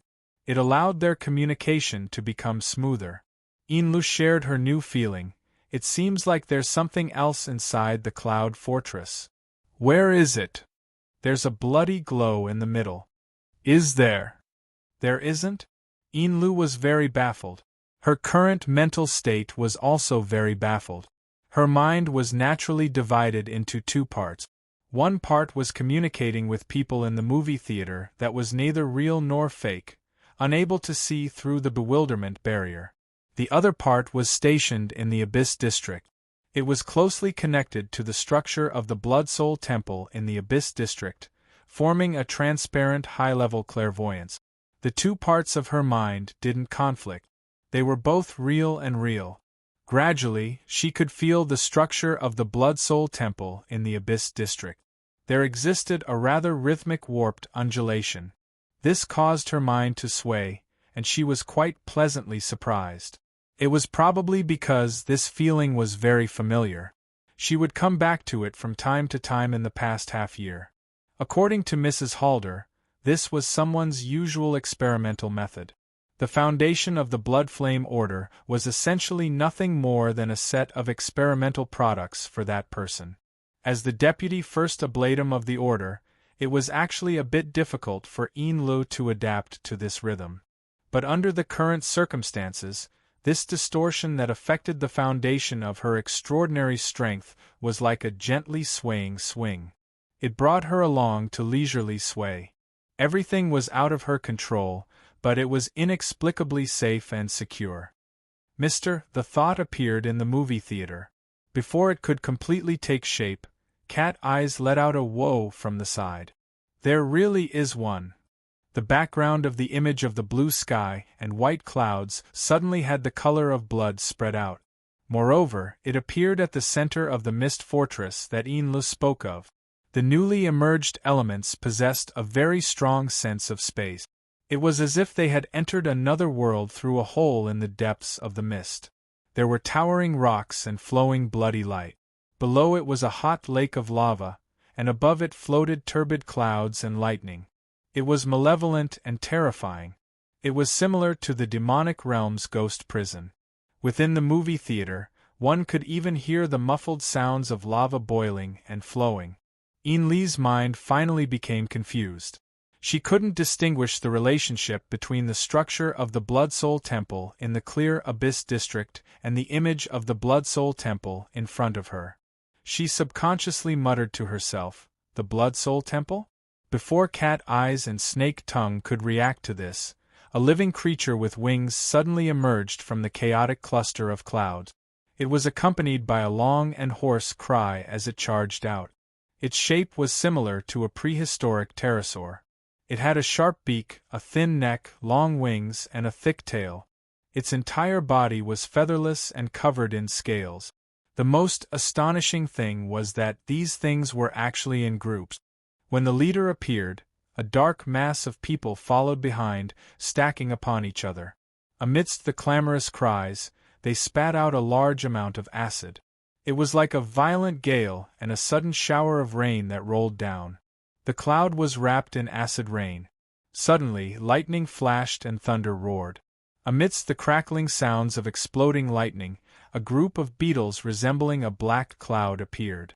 It was unknown how many thousands or tens of thousands of them buzzed out. What followed was an absurd amount of meteors that were thrown down. However, halfway through, one could see that each and every one of them had their limbs bunched up. It was difficult to distinguish their stone humanoid forms as they were thrown down towards the bottomless layer of clouds, and this was just the beginning. In a few breaths of time, there were countless waves of marvelous creatures that appeared from within the cluster of clouds and lightning. Behind them, there were even man-made flying machines and large mechas rushing out. Occasionally, there would be a few illusory human figures whose faces could not be seen clearly. They either spiraled in the air, dropped down at high speeds, or attacked each other. They occupied the entire screen of the image. The three female ability users in the movie theater seemed to be watching an absurd fantasy war film.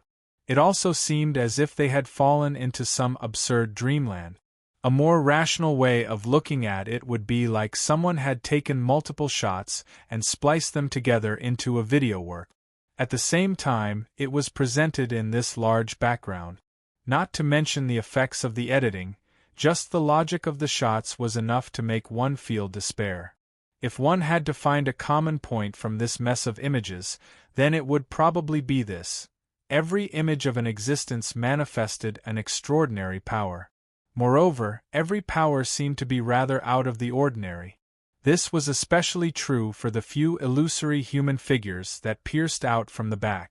Most of them were only wrapped in a single layer of armor. Some of them even wore unlined clothing and were unarmed. Yet, every movement they made pierced through the sky and collapsed the clouds. They roared through the wind and thunder. It was as if they were gods manifesting themselves. It should be said that everyone was an extraordinary. The image of Cat Eyes in the movie theater very naturally assumed a posture of supporting her chin with her legs crossed. Your Blood Soul Temple is actually a summoning class? That's not funny. Not to mention the two conversing, Snake Tongue was watching seriously to the side. She was dizzy from watching, but at the same time, she had some strange sensations. She seemed to be able to hear some sort of noise amidst the unbearably chaotic background noise of the fantasy war film. It was extremely muffled and rather chaotic. Most importantly, she was unable to find a corresponding scene in the movie playing. She practically believed it to be a tinnitus illusion. But where did the tinnitus come from within the framework of Luo Nan's mental domain? Once the sensation was born, it was like maggots attached to the bones. It lingered and refused to disperse. Did you hear anything? Cat Eyes suddenly changed the topic. Snake Tongue could feel that the telepathic connection between the three of them still existed. Some strong thoughts would be sensed by the other two even earlier than the modified thoughts of communication. The three of them still needed some time to get used to this sort of communication method. It was easier for them to reach a common understanding, realize sharing, and even form a resonance. Correspondingly, the feeling naturally multiplied. There was no more conversation after that, but the extra noise that was like maggots attached to the bones grew clearer. Unknowingly, the thoughts of the three sunk downwards. In this bizarre movie theater, it was tantamount to listening attentively. Buzz buzz buzz. Boom boom. The noise was mixed with director Luo Nan's special visual effects. There seemed to be a certain rhythm to it. It was quite familiar. But probably because they were quite nervous, the three of them had a mental barrier. They were unable to distinguish it for a time. In the end, it was Cat Eyes who laughed in spite of herself. She eased the atmosphere. The viewing environment of this movie theater opened by the boss isn't too good. These words were like a cold blade that had been unsealed. It streaked across the hearts of the three. There's someone else? It was very normal for there to be other people in the movie theater, but the radiance on the large screen suddenly turned intense, causing the luminosity of the entire movie theater to rise by a notch. It also opened up their field of view. And so, the three of them had a momentary feeling of confusion. They were already close to getting used to the movie theater. It was a bit inappropriate. They really were in a sealed space, and they really were watching a video. But this space was much larger than the movie theater. It was like an enormous stadium. It was stuffed to the brim.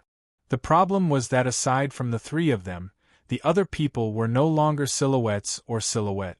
Instead, they were densely packed with turbid smoke. The smoke itself didn't seem to flow, but it really did exist. And in the deepest depths of the smoke, there seemed to be gloomy flames. They were one after another, and their boundaries could not be seen. They were like swaying soulfire. Cat Eyes, Snake Tongue, and Enla had a mental interaction once more. Their blood ran cold. Inside the movie theater. Even if it was a movie theater, it wasn't just the three of them. There were other people. There were many, many people. They existed in an even more chaotic and fuzzy form. The additional noise seemed to be the whispers and discussions of these people. In addition, there was also clatter, clatter, clatter. It was unknown when, but the fine sound of trembling chains had emerged from within the turbid mist soulfire. It rang in their ears, and it was also boundlessly far away. If one were to carefully experience it, it would seem as though the chains were probing out from the depths of their souls. One end was locked, and the other end was connected. They were connected to a boundless and enormous net of chains. Every person within the movie theater, regardless of whether they were complete or incomplete, was a tiny node in this enormous net. This, Cat Eyes clearly recalled the nightmare from a few days ago. This memory was conveniently shared with the other two, and the corresponding emotions were transmitted back. Her willpower was trembling unconsciously. The structure before her eyes was becoming more and more different from the movie theater. It was to the point that a more suitable name was given: an altar. An enormous altar. An innumerable number of believers surrounded the surroundings, attentively watching the chaotic image in the center, or perhaps it could be called a miracle. They also offered their souls to the miracle. The power of the sacrifice transformed into invisible flames that resonated with the miracle on the altar. It provided energy and also refined the images, allowing the gaps to be mended and naturally transition until they became one. Within the space of the altar, there were millions and millions of souls. The chains connected, sacrificed, and smelted, forming a complete closed loop. This was no longer a movie. The vivid and lifelike images and inconceivable scenes were merely embroidery that floated on the outer layer of true power. As the power trembled, it seemed to exist in the form of a living being. As for what the deeper nature of this power was, just below the trembling embroidery, a ferocious shadow suddenly appeared. Although it was only half a body, one could already see the ugly appearance of a human face, an arachnid body, and 6 different colored pupils. The instant this demonic shadow appeared, the surroundings of the entire altar seemed to be burning with a layer of raging flames. The flames scorched the mind and scattered fear. It was as if all the destructive power within the chaotic image in the center was projected onto the plane of reality. But it was only as if. The malevolent demonic shadow arched its body halfway out when a foot stomped heavily on its back. A complete and familiar silhouette of a human stepped on the arachnid demonic shadow, appearing within the vision of the consciousness of the 3 clear-headed people. Luonan. The embroidery of true power trembled even more violently.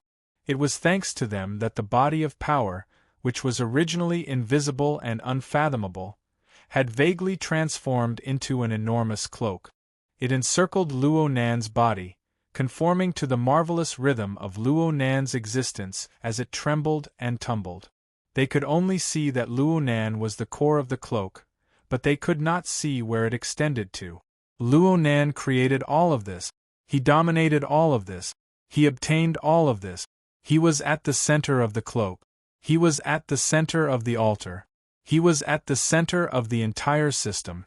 He controlled and bore the weight of all of this. Therefore, he naturally became the focal point of everything. He did not look in any direction. He was like a statue of a god worshipped in a temple, watching over everyone. Cat Eyes could feel that the other two had already assimilated into the scene. Although they had entered later, they were more receptive to this scene than she was. Perhaps this was how the Luo Nan in their hearts should be? But she thought about their first meeting a few months ago. She thought about their contact in reality and compared it to the image before her eyes. She subconsciously felt an even more intense tremble. This bit of emotional reaction was soon drowned in that damned resonance. Perhaps it was precisely because of this resonance that the rhythm of the noise that made one's scalp go numb became even more distinct. In the end, it unified into some sort of hymn. Millions and millions of people chanted in unison. Cat Eyes chanted along, but the contents of her chant were far too vague. She chanted a bit in a muddled daze. She vaguely felt that the enormous cloak was a bit closer to her. It fluttered and brushed past her face. It flooded her mind, covering her in an unknown layer. All of the distractions completely receded at this moment. Only the words of praise emerged from the bottom of her heart. They curled up like smoke as they rose unhurriedly. My heart is a prison, my heart is a furnace, my heart is a mirror, my heart is a nation. Chapter 863. Snake Tongue sank into a dream that was hard to wake up from. She was originally at the side of the enormous altar in the movie theater, resonating with the countless believers and praising the inconceivable Lord. Her soul nearly melted into it. But she didn't know when it started, but she had already entered an even more absurd space. There was no process or transition, no sufficiently convincing logic. It truly was like a dream. But this dreamland was becoming more and more real. Snake Tongue seemed to have arrived at a battlefield filled with endless cannon fire. That's right, it was a battlefield. The logic of the dream was rapidly becoming complete, giving her an incomparably deep and conclusive impression. She had sunk into the center of the chaotic war zone. She was surrounded by impregnable fortresses. Rumbling war machines could be seen everywhere. Countless soldiers, wearing exoskeleton armors, operated fighter aircrafts, shuttles, and large-scale mechas. They were currently engaged in a selfless slaughter. As for their enemies, they were extraordinary life forms similar to mutants. Many of them were once elements of the movie theater in front of her. There were also some that were simply the giant bloody apes flying back and forth in the cloud world. The battle between the two sides was so intense that Snake Tongue couldn't avoid being drawn in. She couldn't even tell who was friend and who was foe. She was only driven by some unknown power. She confronted every threatening target that appeared in her surroundings and was killed. It was that simple. Snake Tongue's strength was too mediocre in this battlefield. The most frightening thing was that she couldn't keep up with the rhythm of the war. As a cursemancer, she wasn't used to this kind of chaotic, intense, and tornado-like killing situation. It was as if she had sunk into an enormous meat grinder. The gaps she could survive through were narrow and cramped. The slightest bit of carelessness would cause her to be crushed into meat paste. After the pain of death passed, she would be reborn in a different location on the same battlefield and once again sink into an endless battle. At first, Snake Tongue was at a loss. What was going on? What kind of logic was this? But later on, she was killed so many times that she didn't have any room to ponder. This was because even if it was a dream, the pain she felt at the moment of death was so real that it made one shiver. Beheading, piercing the heart, chopping the waist, dismembering the corpse, incinerating it, corroding it.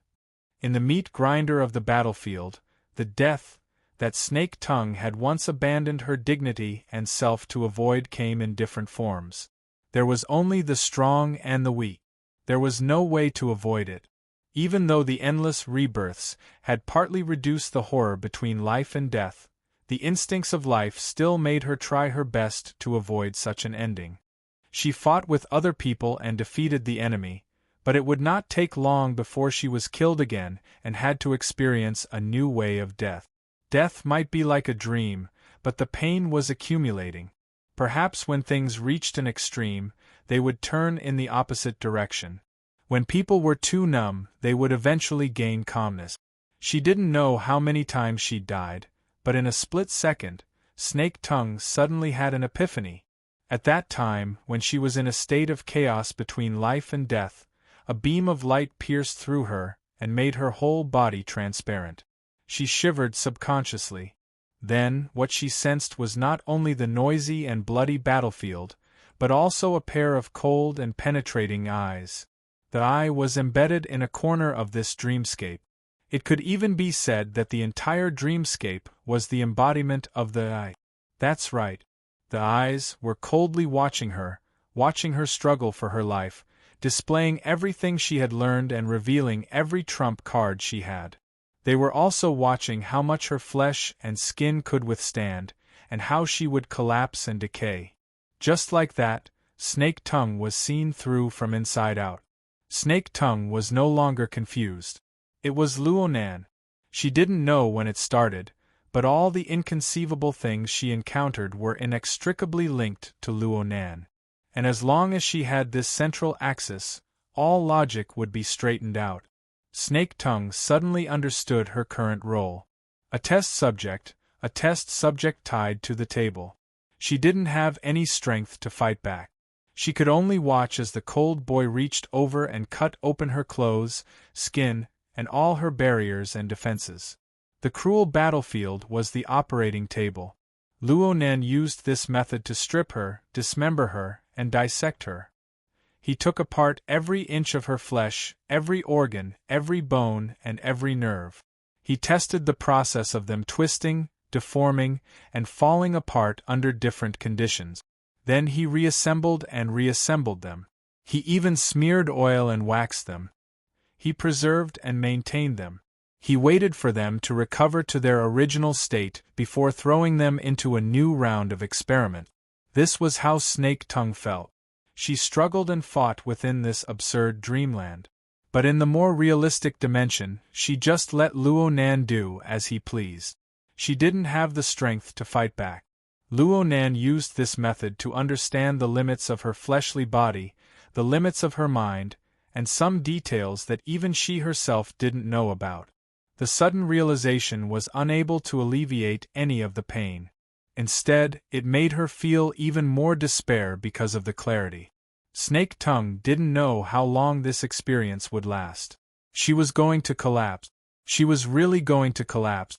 Even if it was a nightmare, even if she clearly knew it was a nightmare, thousands of reincarnations had already crushed the barrier of her will. Snake Tongue wanted to beg Luonan, but no matter how she struggled, whether it was bitter tears or mournful moans, it was all meaningless. Her cries and screams were unable to reach Luonan at all. In this moment, she understood the distance between an ant and a god more than any other time. In a certain sense, this made her feel even more despair than the endless pain. Later on, Snake Tongue even began to envy the soulfires that once sat side by side with her under the altar, buzzing in praise.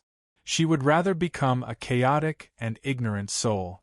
She didn't have any extravagant desires, nor did she pursue the meaning of herself. She just attached herself to Luonan's system. She only wished to be able to escape this cruel torture and the despairing reincarnation. This thought was like a highly corrosive poison. It instantly spread, causing her mind, which was already riddled with holes, to practically lose all activity. If that was the case, if she could escape reincarnation like that, then Snake Tongue didn't mind sinking into that state at all, as long as it was the ultimate release. Northmont, Northmont? The sudden call, as well as the intense vibrations, suddenly attacked, shaking the entire dream space. It felt very violent. Snake Tongue wasn't angry at all. On the contrary, her mind was gushing with positive emotions. This was the feedback she had been begging for a long time. Finally, someone responded to her, called out to her, treated her as a normal person, a life on the same level. This scene was like someone tossing a lifeline to her when she was about to drown in deep water without a speck of light. No matter who it was, Snake Tongue would do her utmost to reach out and grab it, struggling upwards. A second later, the barrier between dreamland and reality shattered with a rumble. Snake Tongue suddenly opened her eyes. What entered her eyes was dusky darkness, followed by a chaotic burst of colorful light. Countless complex remains of the barrier were mixed within. The elements of reality and unreality were mixed together, forming an inexplicable flood of information. It crushed through the depths of her brain and heart. After no less than 5 seconds, Snake Tongue found her own logic. She was finally able to clearly distinguish the blurry silhouette of Enlu in front of her. In the next 3 to 5 seconds, she could feel the touch of the tatame beneath her, the structure of the wall behind her, and the sound of flowing water in the outer layer. Numerous layers of innumerable details gradually formed an incomparably solid existence in her mind and around her body. The familiar yet unfamiliar world of reality was like a sturdy escape pod. It firmly protected Snake Tongue inside, isolating her from everything in her dream. It was only at this time that Snake Tongue was able to clearly feel the situation of her body. She was completely drenched, both inside and out. Sweat soaked through her clothes, and the tatame beneath her was also soaked. She was already showing slight signs of dehydration. In the darkness, she didn't even know if she was bleeding or sweating. Her complexion was probably terrible. Otherwise, Lu, who had a normal relationship with her, wouldn't reveal such a worried expression. "Are you alright? You?" Snake Tongue originally wanted to say, "Don't tell me you didn't have that experience." Just as this thought arose, she suddenly stared blankly. What had she just experienced? Snake Tongue's memories abruptly turned chaotic. A certain dreamlike memory that caused her to feel fear and despair blurred at an astonishing speed. No matter how she tried to trace it back, she could only recall a rough layout at most.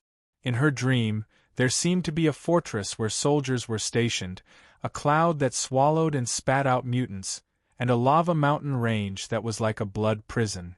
They existed together, but they also conflicted with each other. Together, they constructed a chaotic world. As for herself, she seemed to be trapped inside. She had experienced a past she couldn't bear to recall. As for the concrete details of the process, she couldn't remember them. The injury that might have existed was buried deep within that chaotic dreamland world. It also sunk into the depths of her heart. No matter how she pondered over it, it was difficult for it to stir up great waves. The only thing she could be sure of was this: what had she really experienced? Oh, there was also that Lu probably didn't have such an experience. Jealousy involuntarily rose in Snake Tongue's heart. Yet, she still had to thank Lu for waking her up from that mysterious and terrifying nightmare. Her chaotic and complicated thoughts tangled together, causing her to be sluggish and dazed for a time. Of course, Lu could see that Snake Tongue's current state was terrible. That was rather strange. Lu put herself in Snake Tongue's shoes. Although the things she had experienced were shocking, they shouldn't have caused Snake Tongue to become like this. Li's thoughts spun in two circles. She analyzed the situation from her own experience and suddenly thought of a possibility. Beishan, could it be that you were disrespectful to Mister in that sort of situation? Disrespectful? Snake Tongue subconsciously shivered. She lost control of herself and shook her head. She wanted to speak to defend herself, but she was powerless to speak. This made Lu even more certain of her judgment. Lu had worked in secret orders all year round. She had seen quite a few similar things. It had only been a dozen or so days since Snake Tongue had become Luonan's disciple. Even though Luonan had displayed deference and obedience that left her flabbergasted, it was unknown if she was unwilling in her heart. As a believer, disrespectful thoughts were ingrained in their hearts. It was fine normally, but if they were to reveal such thoughts during the state of the Great Sacrifice, even for a sect as idealistic as the Blood Flame Order, the backlash they had to endure was rather terrifying. Needless to say, Luonan had already displayed the clear image of a god. As the saying goes, the gods of heaven and earth are clearly visible. They cannot be slandered. Snake Tongue was extremely intelligent. How could she have made a mistake in this matter? Looking at Snake Tongue's current situation, especially her gaze, she was in a weak and sensitive state. She had avoided the extremes of numbness and despair. She might not be in too much pain, but fear was deeply rooted in her heart. She was like a dark fire in an underground coal seam. It was silent, but it couldn't be extinguished.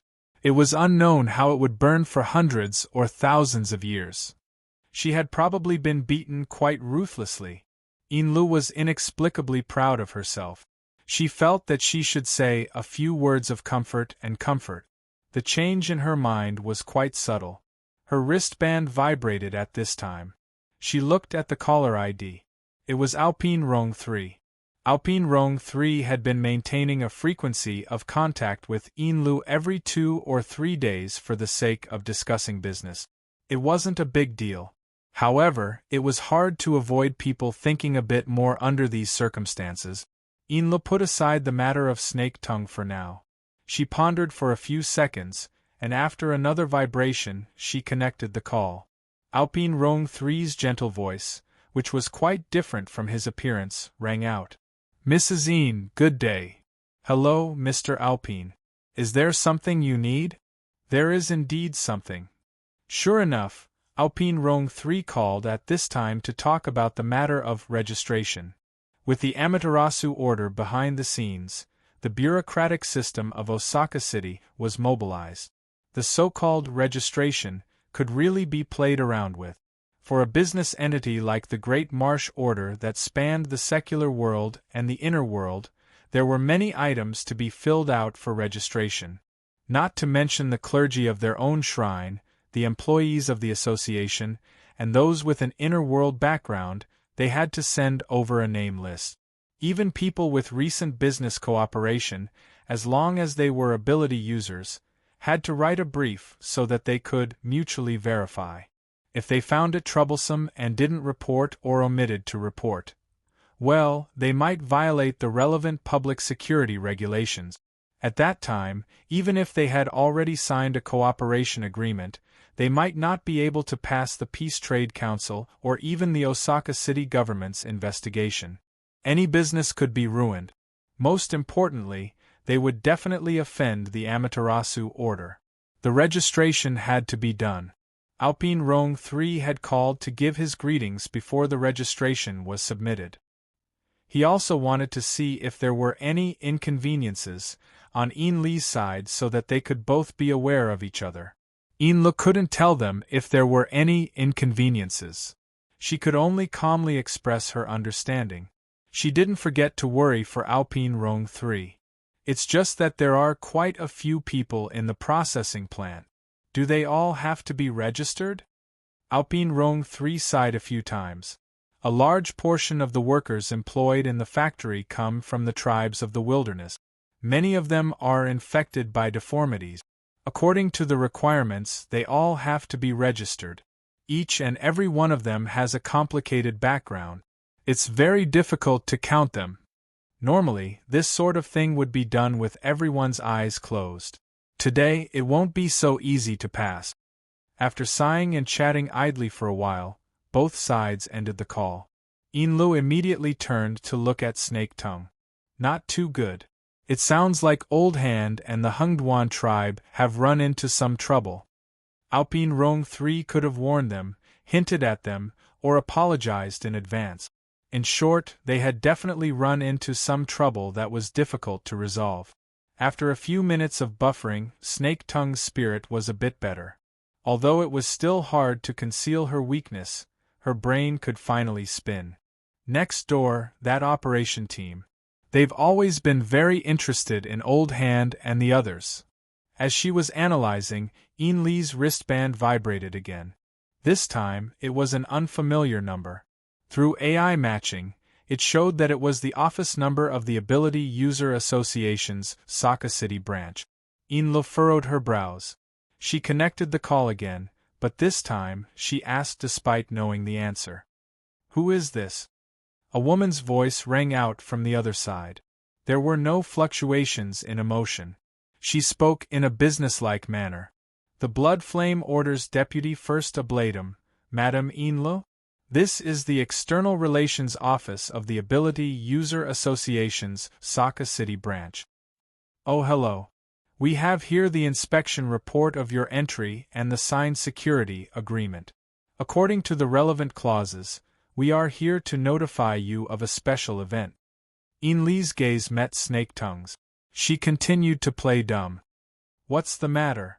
May I ask if you already know of the notice issued by the Osaka City branch? I'm not too clear. Then please take a look at the highlighted topic on the Ability User Association's internal forum. The title is, Please follow the requirements of the notice and report as soon as possible the members of your esteemed order in Osaka City, their location, and other relevant matters. All information please be submitted through the designated channels before 1:30 p.m. in the afternoon. 1:30 p.m. in the afternoon? Our order also has property in Osaka City. We also have quite a few ability users. It's not easy to calculate. Isn't the time a bit tight? There's no room for discussion. If Madame Inlu still doesn't understand the gravity of the situation, then please take a look at the relevant notice and immediately begin the relevant work. There seemed to be someone speaking on the other side. It paused for a few seconds before suddenly changing to a different person. It was clearly a man's voice. His throat was rough, as if he always had phlegm stuck in his throat, ready to spit out at any time. Deputy First Ablatum Een? The other side asked despite knowing the answer. It felt like she was an extremely powerful person. Inlu said suspiciously, "You are." The administrative department and SA have sufficient evidence to prove that a portion of the restricted personnel of the peaceful trade market are suspected of making false registrations in this matter. These people maintain close contact with you. In order to clear the suspicion of your order, please immediately submit the relevant information. Inlu furrowed her brows. I just said that the statistics are very difficult. The other side responded firmly, if there are difficulties, then overcome them. I'll give you an hour to submit all the information before 11 a.m., or else bear the consequences. Inlu was so angry that she laughed. This group of people from the Saka City branch were all cowards in front of the Amaterasu order. How dare they put on such a show at this time? The tone on the other side became even more ruthless. Listen up, Saka City is not the Blood Flame Order's territory, and the peaceful trade market is even more so. You can do business if you want, but if you mix in sand, I'll make you regret stepping on this land. This didn't sound like the tone of the Saka City branch. It sounded more like a violent person. Inlu stopped laughing. Who are you? A judge to confirm your crimes and hand them over to the flames of heaven to carry out the holy judgment. The other side directly cut off the communication. Who was this inexplicable fellow? Inlu had a deep impression of that person's voice and domineering attitude. However, what left the deepest impression was still the words, flames of heaven. He's definitely not a member of the Saka City branch. He should be someone from the Amaterasu order. That's not the case. Snake Tongue said in a low voice from the corner. From his tone, he should be an important figure in the Heaven faction. He's most likely the leader, Goto Masayoshi. Goto Masayoshi. Upon receiving Snake Tongue's reminder, a certain piece of information hidden deep in the corner of Enli's memory was activated. Should it be said that it reverberated like thunder? Everyone knew that the true God and Pope of the Amaterasu order were admittedly famous extraordinary experts under the heavens. They also had a group of top-notch talents under them, such as Fatty Dragon, one of the 3 heroes of the secret order. But compared to the other 2 great orders, and even the majority of the famous secret orders in the world, the Amaterasu order's organizational structure and efficiency were really mediocre. Even in Saka City, the Amaterasu order didn't penetrate too deeply into the various industries of Saka City. They only cast the ominous name of the extraordinary as a shadow in the hearts of others and spread it when necessary. Under these circumstances, the large and small orders in Saka City possessed the conditions to grow unrestrainedly. This resulted in Saka City being known as the City of 10,000 Gods. Of course, everyone now knew that this was nothing more than the leek planting techniques of the true God and Pope. After one crop was cut, another crop would grow. However, it was an indisputable fact that their organization was weak. There were some matters that one couldn't just pay attention to the deterrence of the higher-ups. No matter how useful the true God and Pope's names were, they couldn't be used as calling cards under normal circumstances, right? It was precisely under these circumstances that organizations like the Heaven faction came into being. There were many such organizations on the periphery of the Amaterasu order. The composition of their members was complicated. Many of them were nomads from the wilderness or wanted criminals.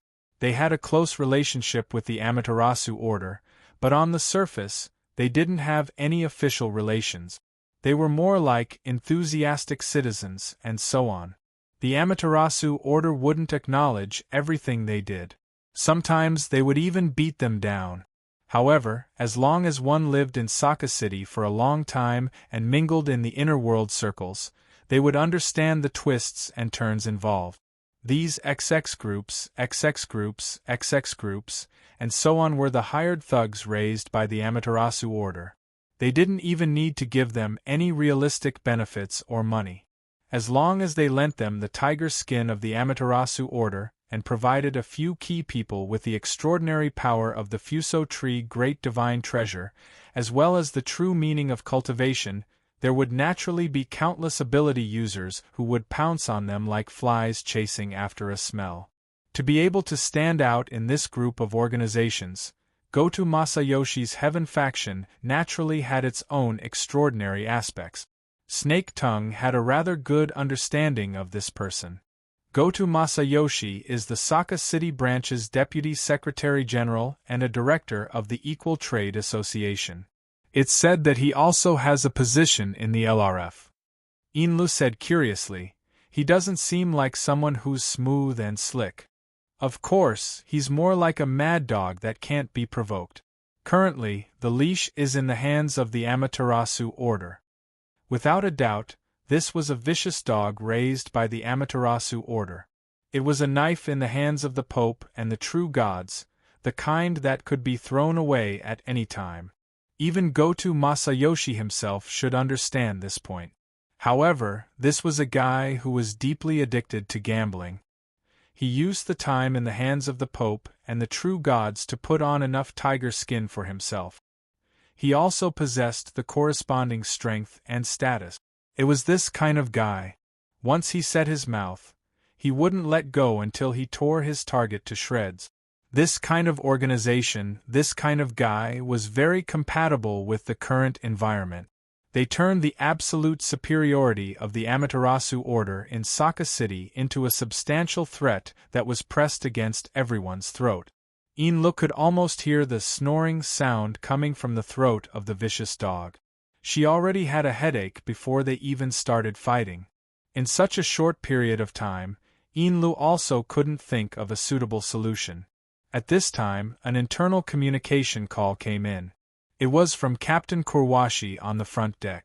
As Inli's most capable subordinate in Saka City, this senior retired officer reported with some worry, "The authority of the yacht has been cut off. If we can't get the follow-up permission from SA, the yacht can't even drive out of the passenger terminal." As an ability user, no one expected to rely on a yacht to do anything.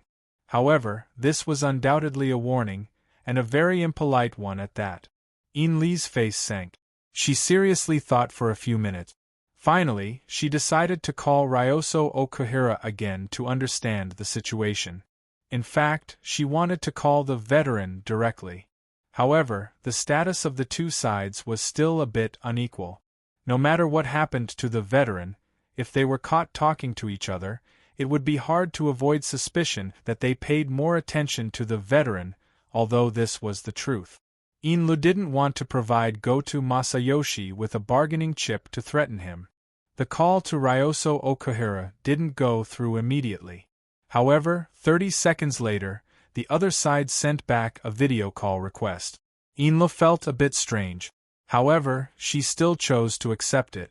Of course, before that, she didn't forget to turn on the lights in the living room. "Mr. Okuhira."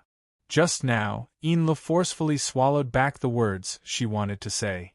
Because in the projection screen, not only did the ugly but familiar face of Ryoso Okuhira appear, there was also a man who was almost 2 times thinner. His skin was deathly pale, like a skeleton. This guy, who looked like a drug addict, maintained a rather intimate distance from Ryoso Okuhira. He grinned and said, "Ms. Inlu, right? Unfortunately, I caught evidence again. You secretly colluded with your business partner to confess. Don't explain. I gave you an hour. In the end, you did these meaningless things. This is disrespect to me." She didn't need to look at this face. Just by listening to the greasy throat that seemed to be filled with phlegm, Inlu knew who the person in front of her was. The mad dog with many layers of tiger skin, Goto Masayoshi. The real contact, Ryoso Okuhira, expressionlessly stood at the side. He didn't give Inlu any hint. Or, it could be said that his iron-like face was the most obvious hint. Goto Masayoshi grinned a bit more. Ms. Inlo, you really are a beauty. This makes my mood a lot better. I don't mean to be disrespectful. I'm just stating the truth. Otherwise, I wouldn't even say a word more. The inspection of the factory is about to be over. After solving the matter of the day's processing factory, I will continue to communicate with you. I hope that at that time, you can give me the name list of the relevant personnel. Otherwise, I will have another explanation. Inlo coldly stared at Goto Masayoshi. She had already labeled him as a scum of society in her heart. However, this guy's background was really strong. Speaking up to hear, Goto Masayoshi suddenly turned his face and looked outside the projection screen. That lady, please wait. Ryoso Okuhira spoke for the first time. Mr. Goto, this is the technical director of our factory. Chapter 864. The veteran held a Nyogue's rib and placed it in front of him, observing the curve of the bone after deep processing. The laser ruler of the auxiliary instrument drew one node after another on the surface of the pale yellow bone, and marked the errors down to the micron. As usual, he patrolled the workshop and acted as a quality inspector, spot-checking at any time. His standards were strict, almost harsh. This one is useless.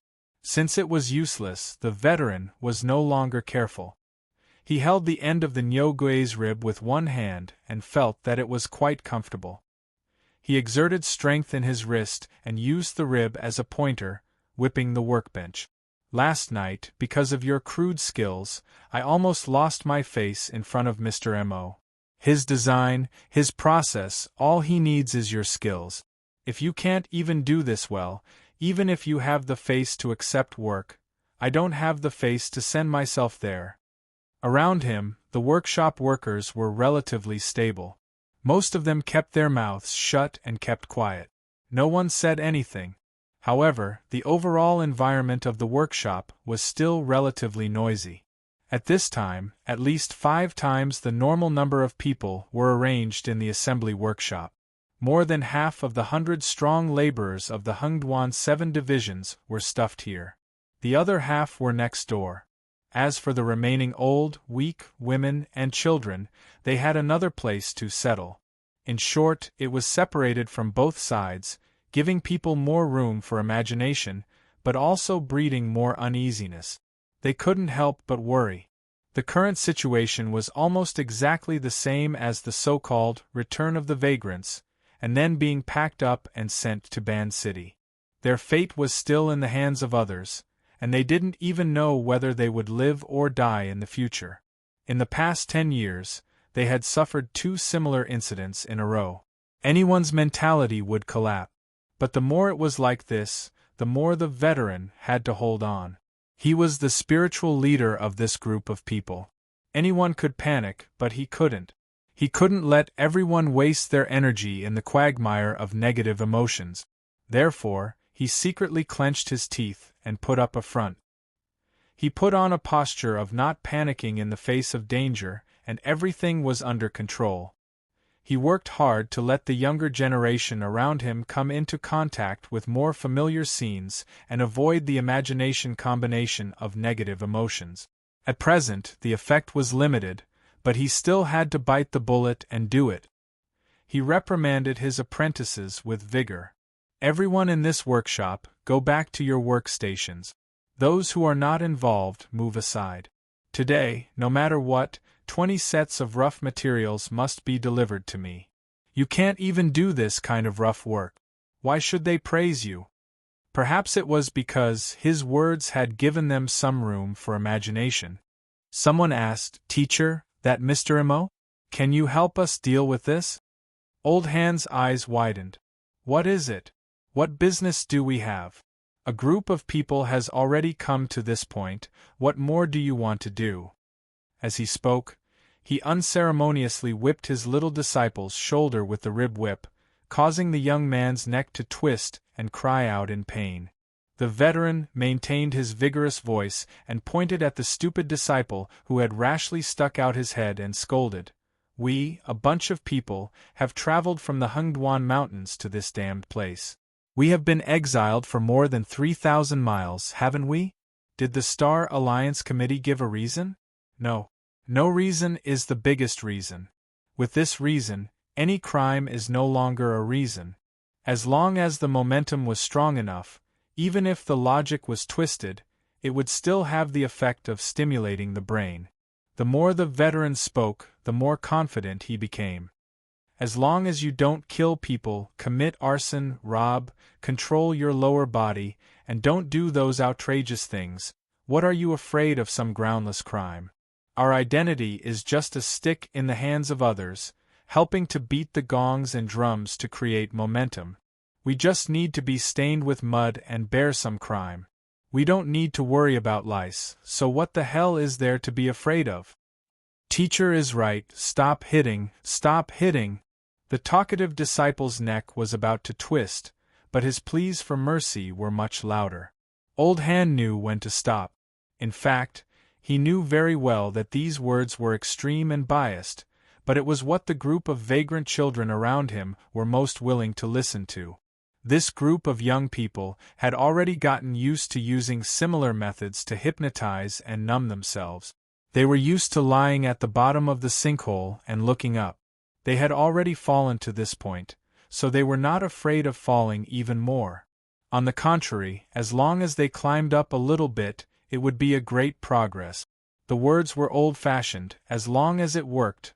The stagnant air in the workshop finally flowed again. The people in the workshop began to move to their respective workstations, while the others stood on both sides against the walls. Seeing this situation, the veteran secretly breathed a sigh of relief. But before he could completely exhale, the side door leading to the observation passage opened, and someone staggered in. It seemed that he had been pushed, and the door behind him immediately closed. Everyone in the workshop looked in that direction. The person who was pushed in was wearing a light blue shirt and jeans, with small white shoes on her feet. She had short hair and a round face, and was dressed in plain clothes. At first glance, she looked quite scholarly, but her age was a little unclear. At this time, she was still quite calm. She just slightly tidied her collar and smiled at the dozens of people in the workshop. In her usual restraint, there was also some bitterness.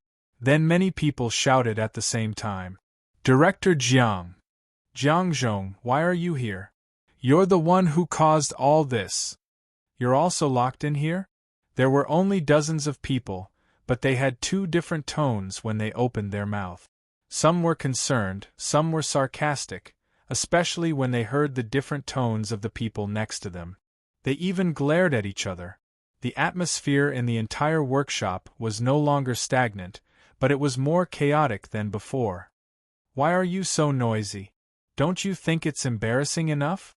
The veteran forcefully swung the pointer, forcefully suppressing the crowd, and at the same time, he separated the crowd and went over there. In fact, he was a little surprised.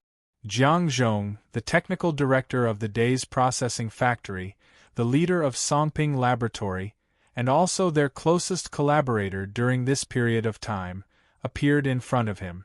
Looking at his posture, it was clear that he was also locked in here.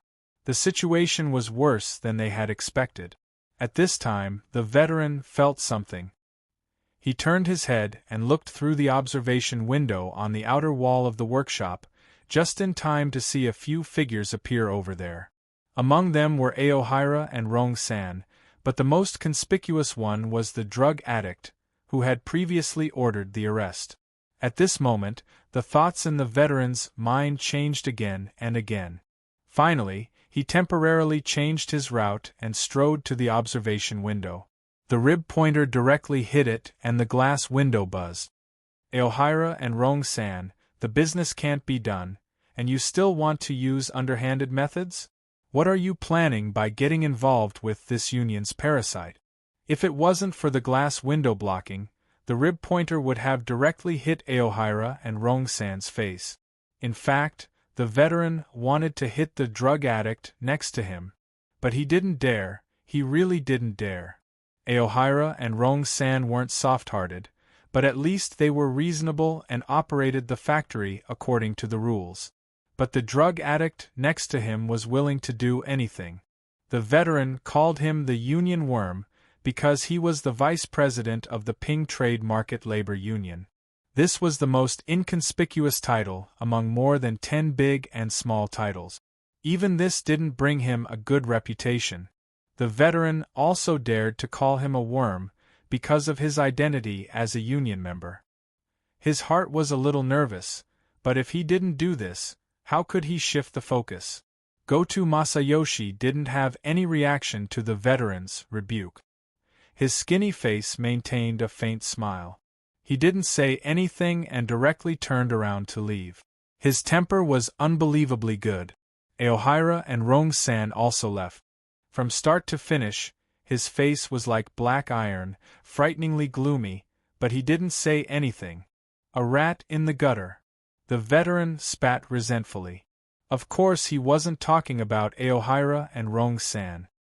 He also knew that to these commoners, Goto Masayoshi wasn't a rat, but a giant crocodile. Although he was hiding in the gutter, he relied on his strong background to dig out countless benefits from the dirty water, raising his body to be fat and terrifying. At this time, the veteran actually hoped that this incident was only Aohira and Rong-san's underhanded methods. That way the situation would be simpler. But this was destined to be wishful thinking. Since Jiang Zhong walked in, the veteran knew that the situation was most likely not going to be good. Thinking of Jiang Zhong, the veteran realized that the rules in the workshop that were set up with great difficulty were messed up again. A bunch of people rushed over to Jiang Zhong and asked about the situation. Due to Jiang Zhong's subtle position in this group of people, it was very easy for some excessive words to come out, and then it would become an internal argument. Is it you guys who are up to no good? What are you guys trying to do? What are you talking about? Didn't you see Director Jiang was also locked in? Master also said that it was Aohira and Rong-san. I don't think it's that simple. It might be a plot to sow discord. You can hide a nest of cow ghosts in the hole of your brain. No matter who was arguing, Jiang Zhong didn't speak again. She only slightly lowered her head and wore a slightly nervous smile, not defending herself at all. Jiang Zhong was this kind of person. Although she was leading a research team and researching a sensitive project that exceeded scientific ethics, the way she usually behaved was just like how she was dressed right now. She couldn't get rid of the ivory tower's scholarly aura. The veteran had communicated with her intermittently for a few years, so he thought that his eyes were not blurry and he understood. Those watching outside temporarily left. The veteran shook the rib whip again and came back to rescue Jiang Zhong. Is this how you work during working hours? The scene was a little chaotic after all. Someone even talked back, "Today is Sunday." Then a series of complaints exploded. Even if there are 3 shifts, I still have a day off today. I didn't brush my teeth or wash my face and I was carried here. Today is Mother's Day. I don't know where my mother is. Fortunately, the prestige of the veteran was considerable. The people were just saying it to vent the shock brought about by the series of unforeseen events. After the old man waved his whip a few times, the crowd slowly dispersed. Those who should go back to their workstations went back to their workstations, and those who should squat in the corner squatted in the corner. Thank you, Master Shou. Jiang Zhong thanked the veteran for helping her out. The latter wanted to sigh but forcibly held it back. With a cold old face, he signaled Jiang Zhong to go to the supervision post with him. In the end, the hearts of the people were still wavering. Be it the people on the production line or the miscellaneous people in the corner, their gazes drifted along with them. The veteran suddenly turned his head back, and his fierce gaze finally forced everyone's thoughts back. When they finally reached a relatively quiet place, the veteran could finally sigh and let out the breath he had been holding in his chest. Master Shou, Jiang Zhong wanted to say something, but the veteran stretched out his hand and stopped him. "All right, don't mention anything. I just wanted to come here to catch my breath." The veteran might have put on airs in front of a group of juniors, and he also forced himself to hold his breath. It was not easy for him to have a chance to take a breather. After another minute or two of silence, the veteran opened his mouth again and said in a hoarse voice, "They shouldn't have come for us, but we just had to be caught in the crossfire." Jiang Zhong lowered his head and said nothing. Regardless of whether it was the veteran or Jiang Zhong, both of them had some private matters that could not be exposed to the public. If it was possible, they did not want to be exposed under the spotlight. However, regardless of whether it was the small migrating tribe led by the veteran or Jiang Zhong, the technical director, they did not have the ability to struggle out of the whirlpool. They had no choice. What could they do? The veteran could not help but ponder, "We are fish in the crossfire.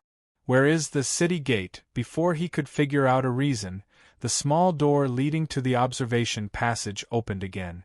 This time, it was not the weak technical director who came in, but the ruthless, violent people of society.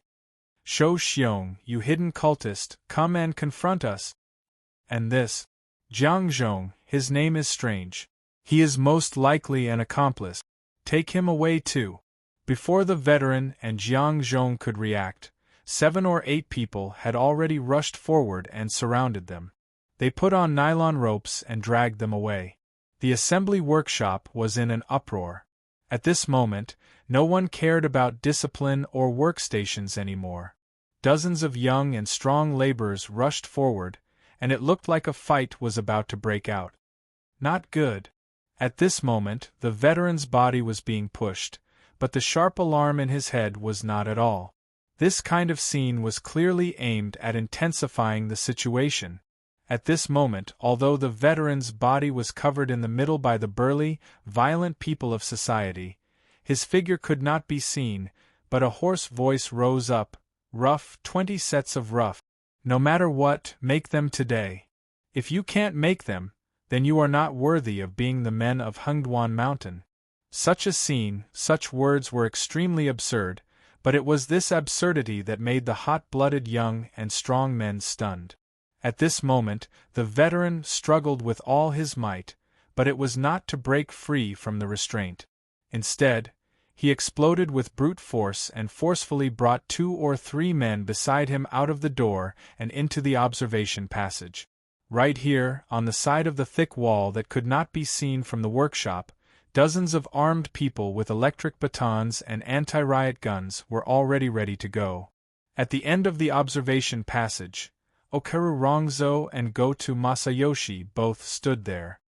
"Okaru Rongzhou, you despicable person, you dare to use a gun."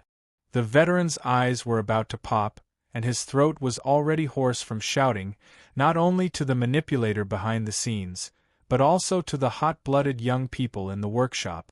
The uproar in the workshop somewhat stagnated. At the other end of the passage, Okaru Rongzhou was expressionless, but in his heart, he clearly knew who the veteran's burst of hatred was directed at. What a ruthless and experienced person. Goto Masayoshi praised at the side, then turned into the disinfection passage leading to the exit. Okaru Rongzhou looked at the veteran again from afar, and followed behind. After a few steps, he finally could not help but say, "Mr. Goto, you can withdraw your people. That's fine, maybe there are still people who can't think things through?" It looked like Goto Masayoshi had made up his mind to explode a bomb for fun. Okaru Rongzhou even wanted to bring out the boldness of the Vanguard captain back then, and smash a fist into the back of this guy's head, but in the end he still clenched his teeth and endured, and followed up, "Mr. Goto, Shuo is a vagrant, even if his faith is chaotic and out of line, it is still pardonable. As for Director Jiang, she is a high-level talent we hired, and usually only buries herself in research." Goto Masayoshi suddenly stopped, turned around, and wiped away the light and shadows of the passage on his face. "Mr. Okaru, as far as I know, President Matsudaira has always been famous for being good at management. There is no one in Osaka who doesn't admire his way of management. But here, the daily management is really worrying, especially the human resources. Don't forget, I am the Vice President of the Labor Union and a Director of the Labor Safety Inspectors Association. I have the responsibility, and also the obligation, to inquire about this matter with your side, and report the results of the inquiry to the relevant parties. So, I hope you can give me a satisfactory answer, and not this kind of meaningless argument. Okairu Rongzo took a deep breath. Mr. Goto, I am introducing the situation to you. Goto Masayoshi raised his hand to cut him off. I said, a hasty answer is not sincere. If you always have this kind of attitude, I can only interpret it as, you are trying to shirk responsibility. Even if Okairu Rongzo was a clay figurine, right now he was also provoked. His majestic body leaned forward. Mr. Goto, what on earth did you see? Can you interpret it as you first chose the frame, and then let me fill in something inside? Please pay attention. Compared to Okairu Rongzo, who was twice as big as him, Goto Masayoshi's expression didn't change. He only raised his hand again, and this time he extended his index and middle finger, turned his wrist, and pointed at his eyes. Mr. Okairu, you cannot trust me, but you have to trust my eyes. Goto Masayoshi's eyes were probably the most prominent part of his thin face. They were a bit bigger than normal people, especially on his face that was so thin it was out of shape, bulging and protruding. Even if he kept his eyelids half closed, the details of the movements of his eyeballs in his eye sockets could be clearly seen. Right now, the dim yellow pupils under his half-covered eyelids were turning, at first glance dim, but in the deepest depths, there was a dark red light. It was like the sunset at dusk, separating the horizon from the night sky. At some point, Okairu Rongzo actually felt a bit dizzy. He subconsciously averted his gaze, unwilling to meet it. Goto Masayoshi's voice pierced his ears. Remember, it won't make a mistake, the only one who will be wrong is you. Chapter 865. In the end, Old Hand and Jiang Zhong were taken away by Goto Yashitomo. Okairu Rongzo couldn't get away either. He was sitting in a car right now. Then Goto Yashitomo and his group went to the passenger terminal. Aside from sitting in his own car, there seemed to be no difference between him and Old Hand. President, I'm very sorry. Okairu Rongzo finally dialed the number. He was already prepared to bear the wrath of Matsudaira Yoshio. Okairu Rongzo believed that this was the correct judgment. This involved the current background of Osaka City. If he forcefully stood out at this time, it would only bring about a calamity, whether it was for himself or for the Great Zei Order. According to Goto Masayoshi's words, the Soul Cult has already been determined to be an illegal cult, and Veteran is an important contact for the Soul Cult in Ban City. And recently, Veteran has already formed an economic relationship with Jiang Zhong, cooperating to purchase the shares of a processing factory. He believes that under the premise that we clearly have a better way to make money, discussing the purchase with Veteran is suspicious of us transferring benefits. Moreover, there are so-called upper echelons of the Blood Flame Order involved in this. The Blood Flame Order is a greater suspect in the assassination of the Soul Order in Xia City. They may also be in cahoots with the Soul Order. Therefore, he wants us to confront Mr. Mo and the others of the Blood Flame Order. He even wants us to go to a location on the lake that is suspected to be a stronghold of the Soul Order. Strangely, Matsudaira Yoshio didn't get angry. He faced the troubles of the processing plant and the encounter of his close friend Jiang Zhong with inconceivable calmness. It sounded like he was more interested in Goto Yashitomo, is that so? It seems that the clues are complete. Even if his reasoning is arbitrary, it has basically achieved a closed loop. He finally found an opportunity to binge. What does the president mean? He's coming for us. While carrying out the mission, he's filling his stomach. Matsudaira Yoshio was so calm that it seemed like he was talking about other people's business. If he's going to be used as a vicious dog, his stomach needs to be hungry. If he's going to be used as a knife, he needs to be sharpened before the battle. This way, his bite will be deeper and the knife will be more ruthless. He's starving right now. If he doesn't find food, how can he prop up his skin and bones? Aohei Rong-san could more or less understand Matsudaira Yoshio's meaning, but compared to Goto Yoshio's usual methods and behavior, other than the appearance of a drug addict, there was no connection between him and hunger and torture. Suppressing the doubts in his heart, Okurin Rong-san voiced out his greatest worry. If that's the case, the possibility of today's matter being reduced to a small matter doesn't exist? Unless he can find a fatter bone. Aohei Rong-san's heart sank. He more or less understood Matsudaira Yoshio's deduction. Due to the escape of the deity of the main priest, the great Zei cult could be considered as a toothless tiger. However, they still had quite a considerable property in Ban City. If they weren't meat, then who was? Things were awkward. If the Amaterasu cult had continued with their original plan, they might have been able to gain the reputation of having foresight. But as time went by, the Amaterasu cult seemed to have completely forgotten their big plan, and their situation in Ban City became more and more difficult.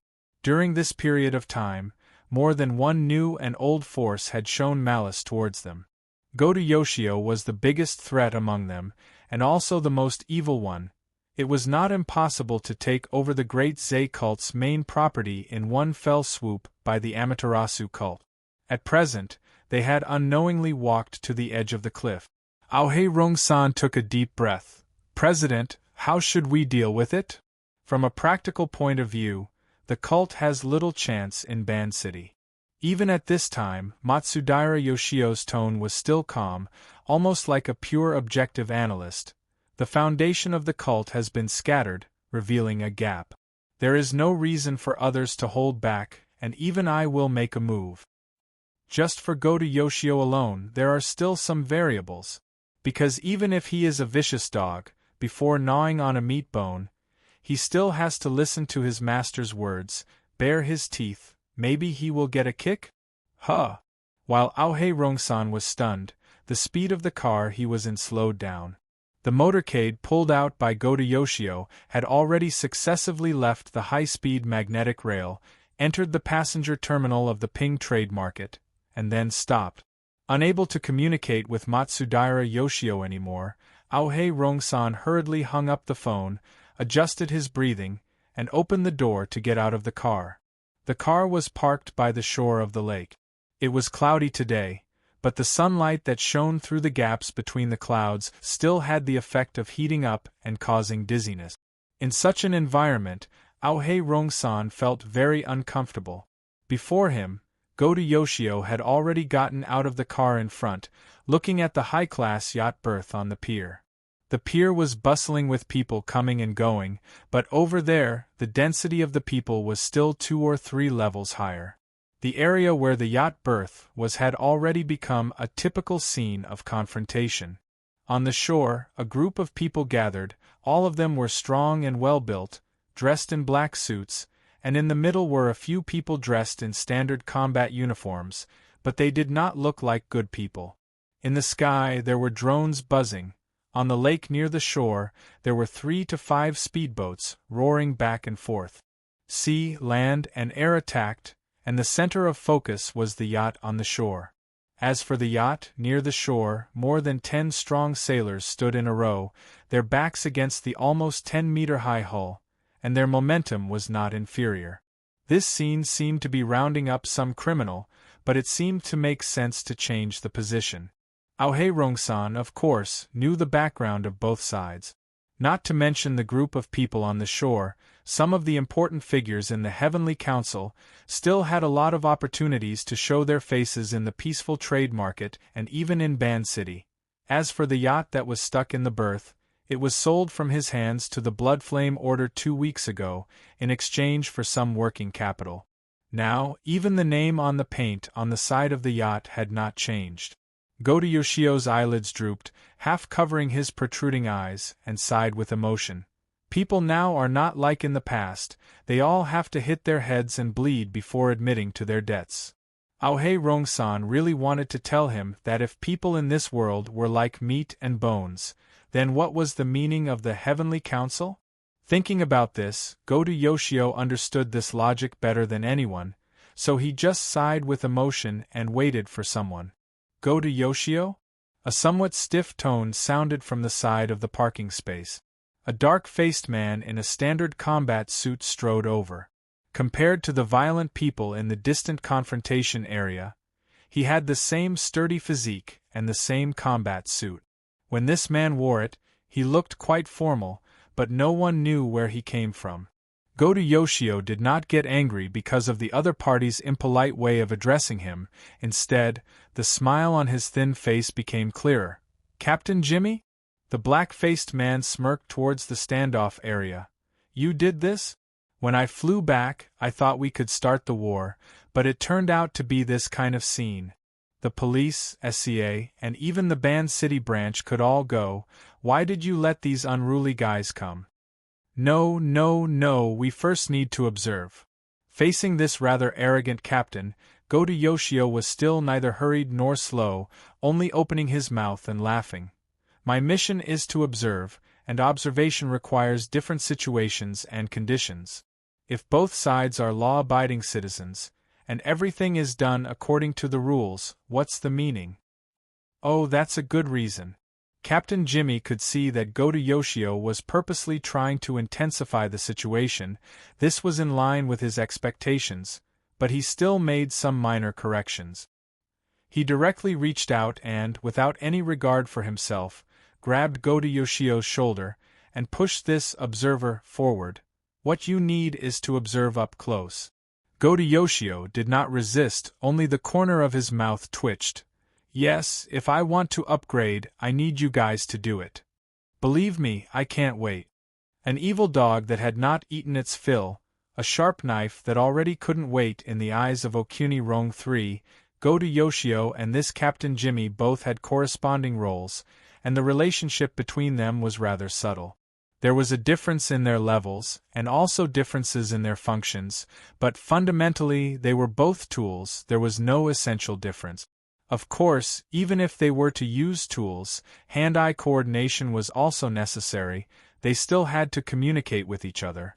Goto Yoshio asked again, "Although it might not be used, in terms of evidence, I'll let D-City's side cooperate. We can also directly confront them." "So obedient? People die for wealth, birds die for food. We're the best at this point. Why don't we arrange it now? It's good to communicate in advance."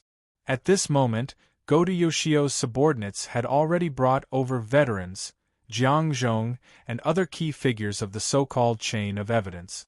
He set off first. A group of 10 or so people walked along the wooden walkway by the lake towards the confrontation scene. Captain Jimmy did what he said, and while walking, he made a call. "How's the preparation going? Let Cadman answer the phone." Speaking of which, the speed of changing people over there was a bit slow. Captain Jimmy didn't speak for a long time. Okuni Rong III finally felt that something was wrong, and turned his head to look, only to see that Captain Jimmy's face was dark, and his eyes turned back from the empty state of long-distance communication, focusing on one point. At the point of focus, which was the shore of the lake they were about to pass by, sat a person on a thick short metal pillar that was part of the fence. That person didn't have too many characteristics that could be remembered. If one were to forcefully describe it, it would probably be a particularly leisurely body language. He was wearing casual clothes, his legs were naturally spread apart, his head was raised towards the sky, and his mouth kept opening and closing, looking like he was neurotically talking to himself. Of course, it could also be that he was chatting with someone through the built-in communication device. This was a very normal scene, placed in the passenger terminal with people coming and going. There was nothing out of place. But now, in front of the yacht not far away, there was a tense confrontation atmosphere, separated by less than 30 meters. This gentleman's performance seemed somewhat out of place. Captain Jimmy's reaction didn't need to be said. The moment he saw this person, Okuni Rong III was somewhat unable to lift his feet.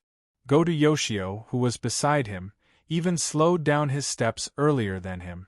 The dim yellow eyeballs in the eye sockets had a clear shift, bringing along that withered head, completing a shift of attention. But no matter how they reacted, the distance between them and that person was quite close. It must be because the place where they parked was too close. Due to the close distance, they could clearly hear that person's talking to himself, Mother's Day, that's right, big sis, you're so smart, I definitely won't get involved. You're smart, but I'm not stupid, we've never done this kind of foreign festival, most likely someone leaked the information, so you came over to denounce us. Heh, you finally enjoyed a few days of peace, just obediently go into seclusion. When you come out of seclusion, you'll go on a rampage and shock the world. Strange? What's strange about it? I've always talked like this, don't worry, my position here is different from the past. Naturally, there will be people to serve me, it's more comfortable than at home. Yes, I won't get carried away and purposely cause trouble for my family. If it's your turn to deal with matters, this world is more or less a step away from destruction. Haha, just a joke, just a joke. That man used a normal speed to chat and laugh, but it made Goto Yoshio's group unconsciously slow down their steps. In the end they were still unable to maintain their natural posture. One after another they stopped, standing at a position approximately 7 to 8 steps away from the man, staring over there without looking away. About 20 seconds later, that man finally ended the chat, smiling as he hung up the communication. And also at this time, he seemed to have finally discovered the abnormal attention over here, slightly turning his face. He also cast his gaze over, meeting face to face with this side. Aohei Rong-san had long recognized who it was, subconsciously wanting to greet him, but for some reason, the words were stuck at the tip of his tongue. It was close to noon, due to the thick layer of fish-scale clouds in the sky. Even if the sunlight passed through, it was not considered hot, especially with the slightly moist air from the lake surface. Under the pressure difference between the land and water, it could be considered to be very comfortable. But at this moment, the gentle breeze that brushed against their faces had clearly turned into a layer of invisible and heavy curtain. Perhaps it was even soaked with water, as it blew over and fiercely pasted on their faces, sealing their mouths, noses, and even their orifices. Even their pores were sealed, isolating them from the inside and outside. For a moment they actually felt as if they were suffocating, spreading from their brains and hearts. For a moment the group of people's mouths and noses were interrupted. As for the rest, nothing happened after that, only the gentle breeze, with the water vapor on the Beishan Lake, neutralizing the heat of the noon sun, fresh and pleasant. At this time, the veteran, who was caught in the crowd, finally saw the person on the shore of the lake. For a moment, he still couldn't believe it, but that person turned his gaze, smiled slightly, and greeted him. Master Sho. In the heart of the veteran, the emotions of hesitation and surprise pushed back and forth. A voice came up to his throat, and he blurted out, "M.O. Mr. M.O." The man smiled again. "Those things I want, I hope they don't delay the work. In the factory, they are still working." The veteran clearly knew that the atmosphere at the moment was delicate and tense, like a pile of gunpowder that was constantly being compacted and could explode at any time. But his sharp temper, which had been honed in the wilderness for decades, also came out at this time. "We don't have anything that's fake. It's all hammered out, so it's definitely real." "That's good, I'm counting on it." Chatting with the veteran, as if there was no one else around, under the gaze of many people, Mr. Mo's gaze again turned to Jiang Zhong in the crowd, stopped for a few seconds, then lowered his head again, and beat his thigh, as if to get rid of the invisible fatigue. Also at this time, there was a sudden commotion at the confrontation scene not far away. Over there, the densely packed group of violent people suddenly opened a gap, as if someone came out. But in the end, what passed through the gap of the crowd was only an empty electric wheelchair. From the analysis of the gradually approaching noise, the electric motor of the wheelchair seemed to be not working, only God knows where it came from. Along the way, the aggressive members of the Heavenly Council, looked at this thing pass by like idiots, and not a single one of them reached out to stop it. A few seconds later, the electric wheelchair that had already lost half of its functions obediently stopped next to Mr. Mo. The latter slowly stood up, leisurely moved up, and then adjusted his sitting position before letting out a long breath. His gaze moved to Gota Masayoshi's face, and met with his dim yellow pupils. The swelling of Gota Masayoshi's eyeballs was even more obvious. The pupils did not move, but there were layers of dark light, intersecting and blending in the depths. Mr. Mo blinked and praised. "Your eyes are not bad. I feel that they are even better than mine." That tone of voice was like meeting an acquaintance on the road, asking where he bought the sharp goods on him, and how much it cost. And also while speaking, in front of Mr. Mo's left eye, a monocle appeared out of thin air, floating in front of the eye socket, reflecting the sunlight, covering half of the pupil's color. Chapter 866. When Mr. Mo started to greet his acquaintances, Captain Jimmy moved back and let Gota Masayoshi stand at the forefront. He himself issued a series of orders through the deep blue platform. Over at Band City, a few orders were quickly executed, but the communication that had been made thousands of kilometers away still hadn't reached the most important person. Captain Jimmy was a little annoyed. "You're still giving the witness lunchtime?" Over at T-City, Hood, who was also a captain, laughed. "Sorry, he's a greedy hyena. Once he smells blood and flesh, he always wants to take a few more bites. This is his old nest, and he always forms groups. How annoying. Now that the negotiation of the agreement is coming to an end, we want to wait for him to sign before connecting the call to prevent new situations." "Sign, huh? Do we need to find a lawyer for him?" "Prepare yourself, and there are two of them. The other ability user associations and veterans associations have about a squad of witnesses. You said you wanted to make it an ironclad case." Jimmy was speechless. He admitted that he had originally set up this line to cause trouble for the nominal supervisor, Bai Xinyan, so he had taken a more righteous path. But now the situation had changed. "Listen, Hood, don't talk nonsense now. I just want to know how long it will take to sign. Be more precise." "Oh, let me calculate. Probably soon. If he talks as much nonsense as you when testifying, I swear I'll slit his throat." I can do it for you. I've had enough of him these few days anyway." The two captains reached an agreement from thousands of kilometers away. Captain Jimmy then passed the information to Gota Masayoshi through the preset channel. The latter didn't respond, as if he was focusing all his energy on communicating with Mr. Mo. Gota Masayoshi's eyes were still locked with Mr. Mo's monocle.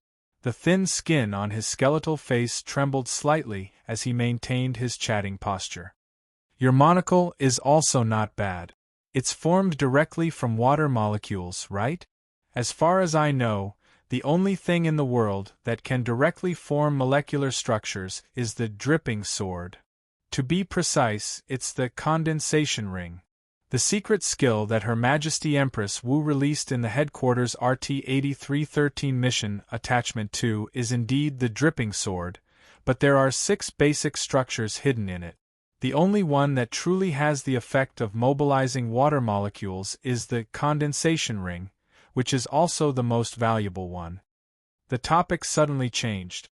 Regarding this, the different observers, at the northern mountain lake and even further away, all had their own judgments. "Mr. Mo? The inner world has never heard of any Mr. Mo. On the private airship, an efficient monitoring system was transmitting the situation of the lakeside to them at the same time. There were only a few spectators, but they were all very important. After returning to Osaka, the sickly Tamagawa Aishuk unconsciously straightened his back. He was very interested in this character. Of course, part of the reason he had suddenly roused his spirits was that the Pope had already cut off communications and had not yet suppressed him. The condensation ring, Mr. Mo, the connection between these two isn't clear. He looks like a good teacher. Tamagawa Aishuk stared at the monitor screen, watching the two people discussing the condensation ring. The more he listened, the weirder he felt. 10 seconds later, he shifted his gaze to Bai Xinyan's face. Who is he talking to? Bai Xinyan sat on the armrest of the sofa and tilted her head to look at the private projection area. It was showing a conference room in T-City, thousands of kilometers away.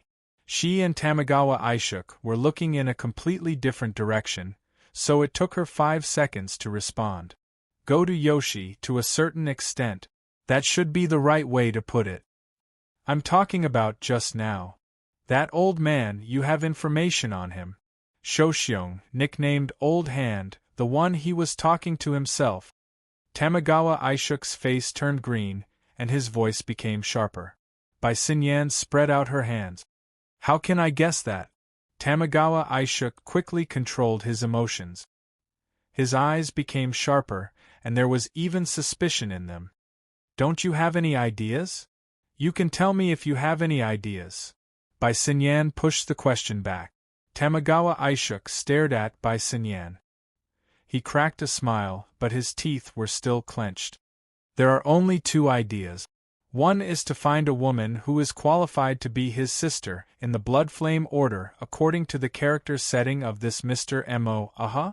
Bai Xinyan responded casually, but her gaze was still on the private projection area. In the conference room in T-City, the 2 rows of negotiators had already started shaking hands, as if they were having a formal business negotiation. Actually, there was no difference. Tamagawa Aishuk's face turned red again, and he unconsciously raised his voice. The other one is to expand the scope a little, and search for people that we know and don't know, people who have a sister in the inner world. Oh, that's a lot more troublesome. It's just a screening condition. Tamagawa Aishuk's fingers twitched, as if he was really going to give the order. His eyes were still glued to Bai Xinyan's face, and he continued to ask, It would be best if the 2 directions work together, but if there is only one condition, which one will you choose? Bai Xinyan looked back and smiled. Of course I choose the most reliable one. You! Bai Xinyan continued to smile. Right now we can't avoid making guesses, but our guesses are all inconclusive. Why don't we continue looking? As she spoke, she moved her hand, and the private projection area was placed in the main projection area of the room, side by side with the surveillance footage of the North Mountain Lake. Look, although the 2 sides are still minding their own business at the moment, at a deeper level, there are already undercurrents flowing, and we're just waiting to break that information barrier. Aren't you curious about what will happen then? Tamagawa Aishuk was very annoyed by Bai Xinyan's beating around the bush. What's the point of finding a witness to identify him? Whether the identity of Mr. Mo is real or not, whether his relationship with the Blood Flame Order is shallow or deep, who cares? Even if the connection at T-City is successful, and the identification is successful, do you really expect him to just stand there and let us capture him? Instead of playing this kind of detective game, why don't you let your team of subordinates directly take action, and go to Masayoshi will be able to see more things. Captain Jimmy needs a key to open his own weapon box, and always stand on the side of morality. This is a rare quality for frontline personnel. Bai Xinyan seemed to be completely unaware of the twists and turns of the plot. She displayed the bearing of a superior, but quickly changed the topic. Mr. Yuchuan, is it really okay for you to make your contempt for the Blood Flame Order so obvious? Tamagawa Aishuk sneered. Stray dogs, rootless duckweed, even if I want to pay attention to them, it depends on whether they can handle it. Bai Xinyan was not in the position to defend the Blood Flame Order, she only shrugged. We still have to respect the judgment of the frontline personnel. Even if there really is a problem, this is not an intercontinental airship, and the distance is so close, are you afraid that we won't be able to react in time? Tamagawa Aishuk's slightly flushed face was now whitened, and his straight back collapsed. The scene fell into a deadlock, awkwardness, and some kind of doubt that was not fully displayed. Under such an atmosphere, There was finally a change at the passenger terminal. Goto Masayoshi broke away from the strange state of looking at the monocle and chatting around the condensation ring, and entered the main topic. Mr. Mo of the Blood Flame Order. You can call me that. What's your full name? Position in the Blood Flame Order? Goto Masayoshi gradually increased the pressure, also closely watching the reaction of Mr. Mo, relying on the special structure of his eyes. He was equivalent to a human-shaped lie detector, able to monitor the breathing, pulse, skin moisture, and so on of the target in detail, but Mr. Mo's cooperation was obviously not enough. This is an interrogation? If you can't find a more suitable term, you can temporarily say it like this. I think it still has the corresponding qualifications. As he spoke, Goto Masayoshi reached into his pocket and took out a vintage leather wallet, from which he took out a beautifully designed business card. There are a lot of titles on it, but there is a higher probability of finding a position corresponding to the interrogation from it. Sakura Officials, Ability User Association, or something else. These are all fields that I am good at. Mr. Mo didn't intend to take it. He just narrowed his eyes and slightly raised his head to look at the still dazzling edge of light in the gaps of the thick fish-scale clouds. Mr. Mo? I think no matter how dazzling your titles are, they can't compare to today's sun. I don't like this weather, and I don't like you either. Only this pair of eyes is a little more interesting. Goto Masayoshi was stunned for half a second, then laughed out loud. No matter how he laughed, the surrounding atmosphere quickly turned cold and stiff. At this time, Captain Jimmy, who was already half hidden behind him, coughed lightly, giving a signal of, everything is ready. Some things are not up to people. Goto Masayoshi's interesting dim yellow eyes locked onto Mr. Mo's face, and between the gaps of his lips and teeth, he chewed out syllables that sounded like ice. As he spoke, he shook his wrist, his fingertips drawing across the faces of Jiang Zhong, Okuni Rong, and finally falling on the side of the veteran. This person. He's under my protection. If there's anything, you can't go wrong by looking for me. Goto Masayoshi choked, and the wrinkled skin at the corner of his mouth trembled. He wanted to laugh, but felt that it was exceptionally strange. He subconsciously glanced back at the veteran, only to see that the latter also had a confused expression, as if he had even forgotten to be touched. A frank answer. Although it was somewhat unexpected, Goto Masayoshi still quickly calmed himself down. His dim yellow eyeballs slightly shifted in his eye sockets, focusing on Mr. Mo's face again. Then, you're admitting your connection with the Soul Cult? Mr. Mo sighed. So, you admit that the Blood Flame Order and the Soul Order are colluding, damn you. This is the most despicable slander. A shout suddenly sounded on the dock. A thick Western accent, as well as the environmental sound that seemed to be slamming the table, seemed out of place in the lakeside dock. On the dock, most of the people were shocked by this voice. Shifting their gazes towards the direction of the voice, what they saw was a rippling halo. This was the projection area. In order to have a good effect on a sunny day, they had even done some processing, so that the colors of the people and the background inside were more or less distorted, but the clarity was still above the standard. Everyone could tell that what was shown in the projection area was a conference room. There were about 10 people inside, divided into 2 groups, sitting face to face across the long table.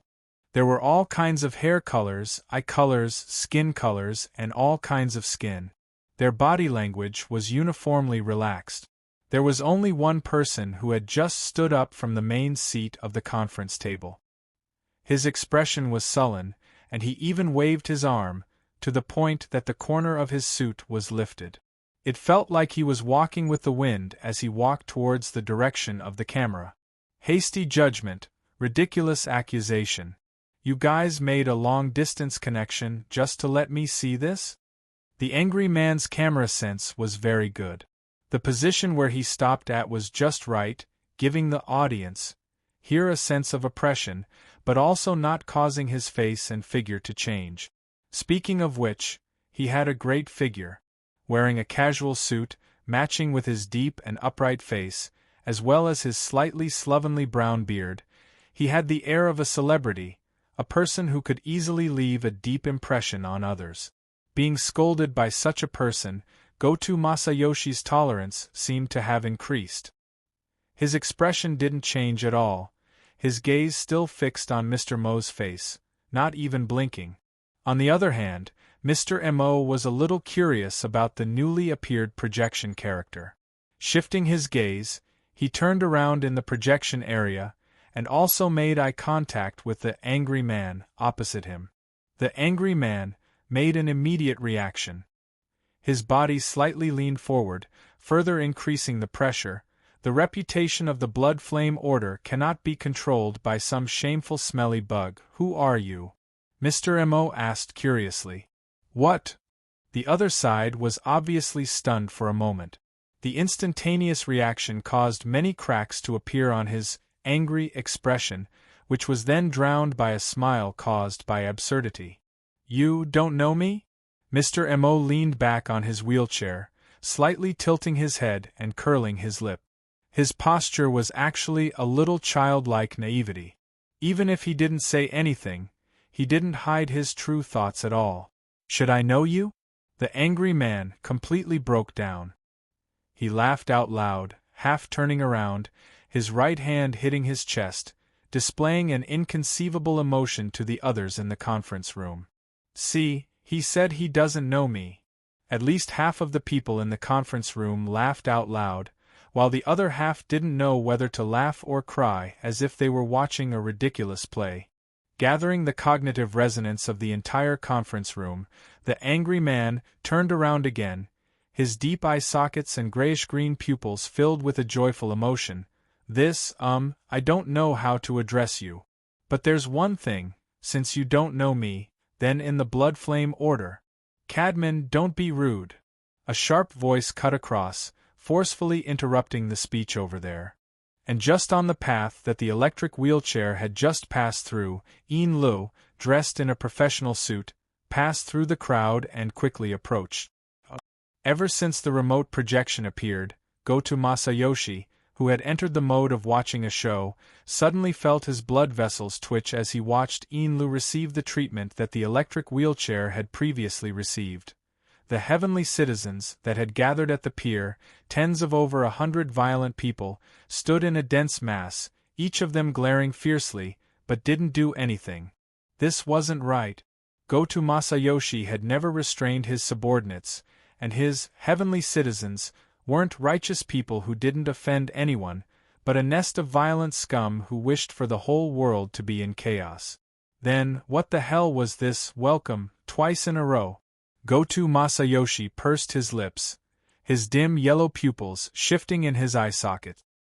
His line of sight moved from far to near, sweeping past several key positions at the pier, passing by Yin Lu, pausing for a moment, and finally landing on Mr. Mo's face again.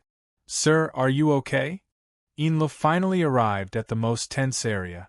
She had seen the changes at the pier from the boat, so she rushed over as fast as she could. Before getting off the boat, her main targets were the drug addict Goto Masayoshi and Captain Jimmy, who had retreated to the back. The two of them appearing at the same time proved that the two groups of people who had enmity with each other in Ban City had already merged. She thought that this was already the end of the challenge, but she didn't expect that halfway through, a new variable that shouldn't have appeared, D City, which was supposed to be the rear, actually stabbed them through the air. To Yin Lu, who was temporarily in charge of teaching affairs during Mrs. Halder's seclusion, this was an unforgivable mistake. Especially after that unthinkable experience. Yin Lu came here with a poisonous fire burning in her heart. On the way, she even ignored the omnipresent sunlight and the spiritual pressure that followed her like a shadow. As for the violent people at the pier, they really didn't count for much. Mr. Mo didn't comment on her arrival. This made Yin Lu feel increasingly uneasy, but she couldn't allow her impatience to destroy her demeanor. Otherwise, she would only lose face for her boss. She could only use the opportunity of bowing to Mr. Mo to regulate her breathing and consciously stand behind the wheelchair. She lightly grasped the handles on both sides of the wheelchair and confirmed her position. Only then did her line of sight turn towards the projection area on the pier, towards the familiar person who was thousands of miles away. "Cadman, in front of Mr. Mo, you're too presumptuous." Cadman's full beard and snow-white teeth formed a brilliant smile. "Mr. Mo, is it the Mr. Mo who doesn't know me, and I don't know him?" At this moment, Goto Masayoshi should have been the one to speak up and cooperate, but for some reason, he was staring at Mr. Mo in a daze. Captain Jimmy, who was at the back, saw that his reminder was futile, so he rolled his eyes and went up himself. "Cadman, as a high-ranking member of the Blood Flame Order, doesn't know Mr. Mo, who claims to be a member of the Blood Flame Order, and the Order's deputy high priestess holds a completely contradictory position. What does this mean?" Yin Lu was expressionless, but the flames in her eyes seemed to want to penetrate the projection and burn D City, which was half the Pacific Ocean away. As a deputy high priestess, Goto Masayoshi's hoarse voice cut in at a timely moment. "Deputy High Priestess Yin, at a time like this, the hierarchy within the Blood Flame Order is at most a part of the evidence. It's definitely not suitable as a tool to refute the evidence. Speaking of which, Mr. Cadman has already voluntarily signed the relevant witness agreement, and the legal department, along with the D-City Ability User Association, the Veterans Association, the Mercenary Service Club, and other experienced third parties, have done the notarization. In terms of the priority of legally admissible evidence, Mr. Cadman has already surpassed you. It complements his status as a high-ranking member of the Blood Flame Order." This was a premeditated encirclement. Inlo felt even worse. If it was possible, she would have pressed Cadman into the lava lake at the bottom of the Blood Soul Temple, rolled him over 100 times, cooked him, and exploded him to vent her anger.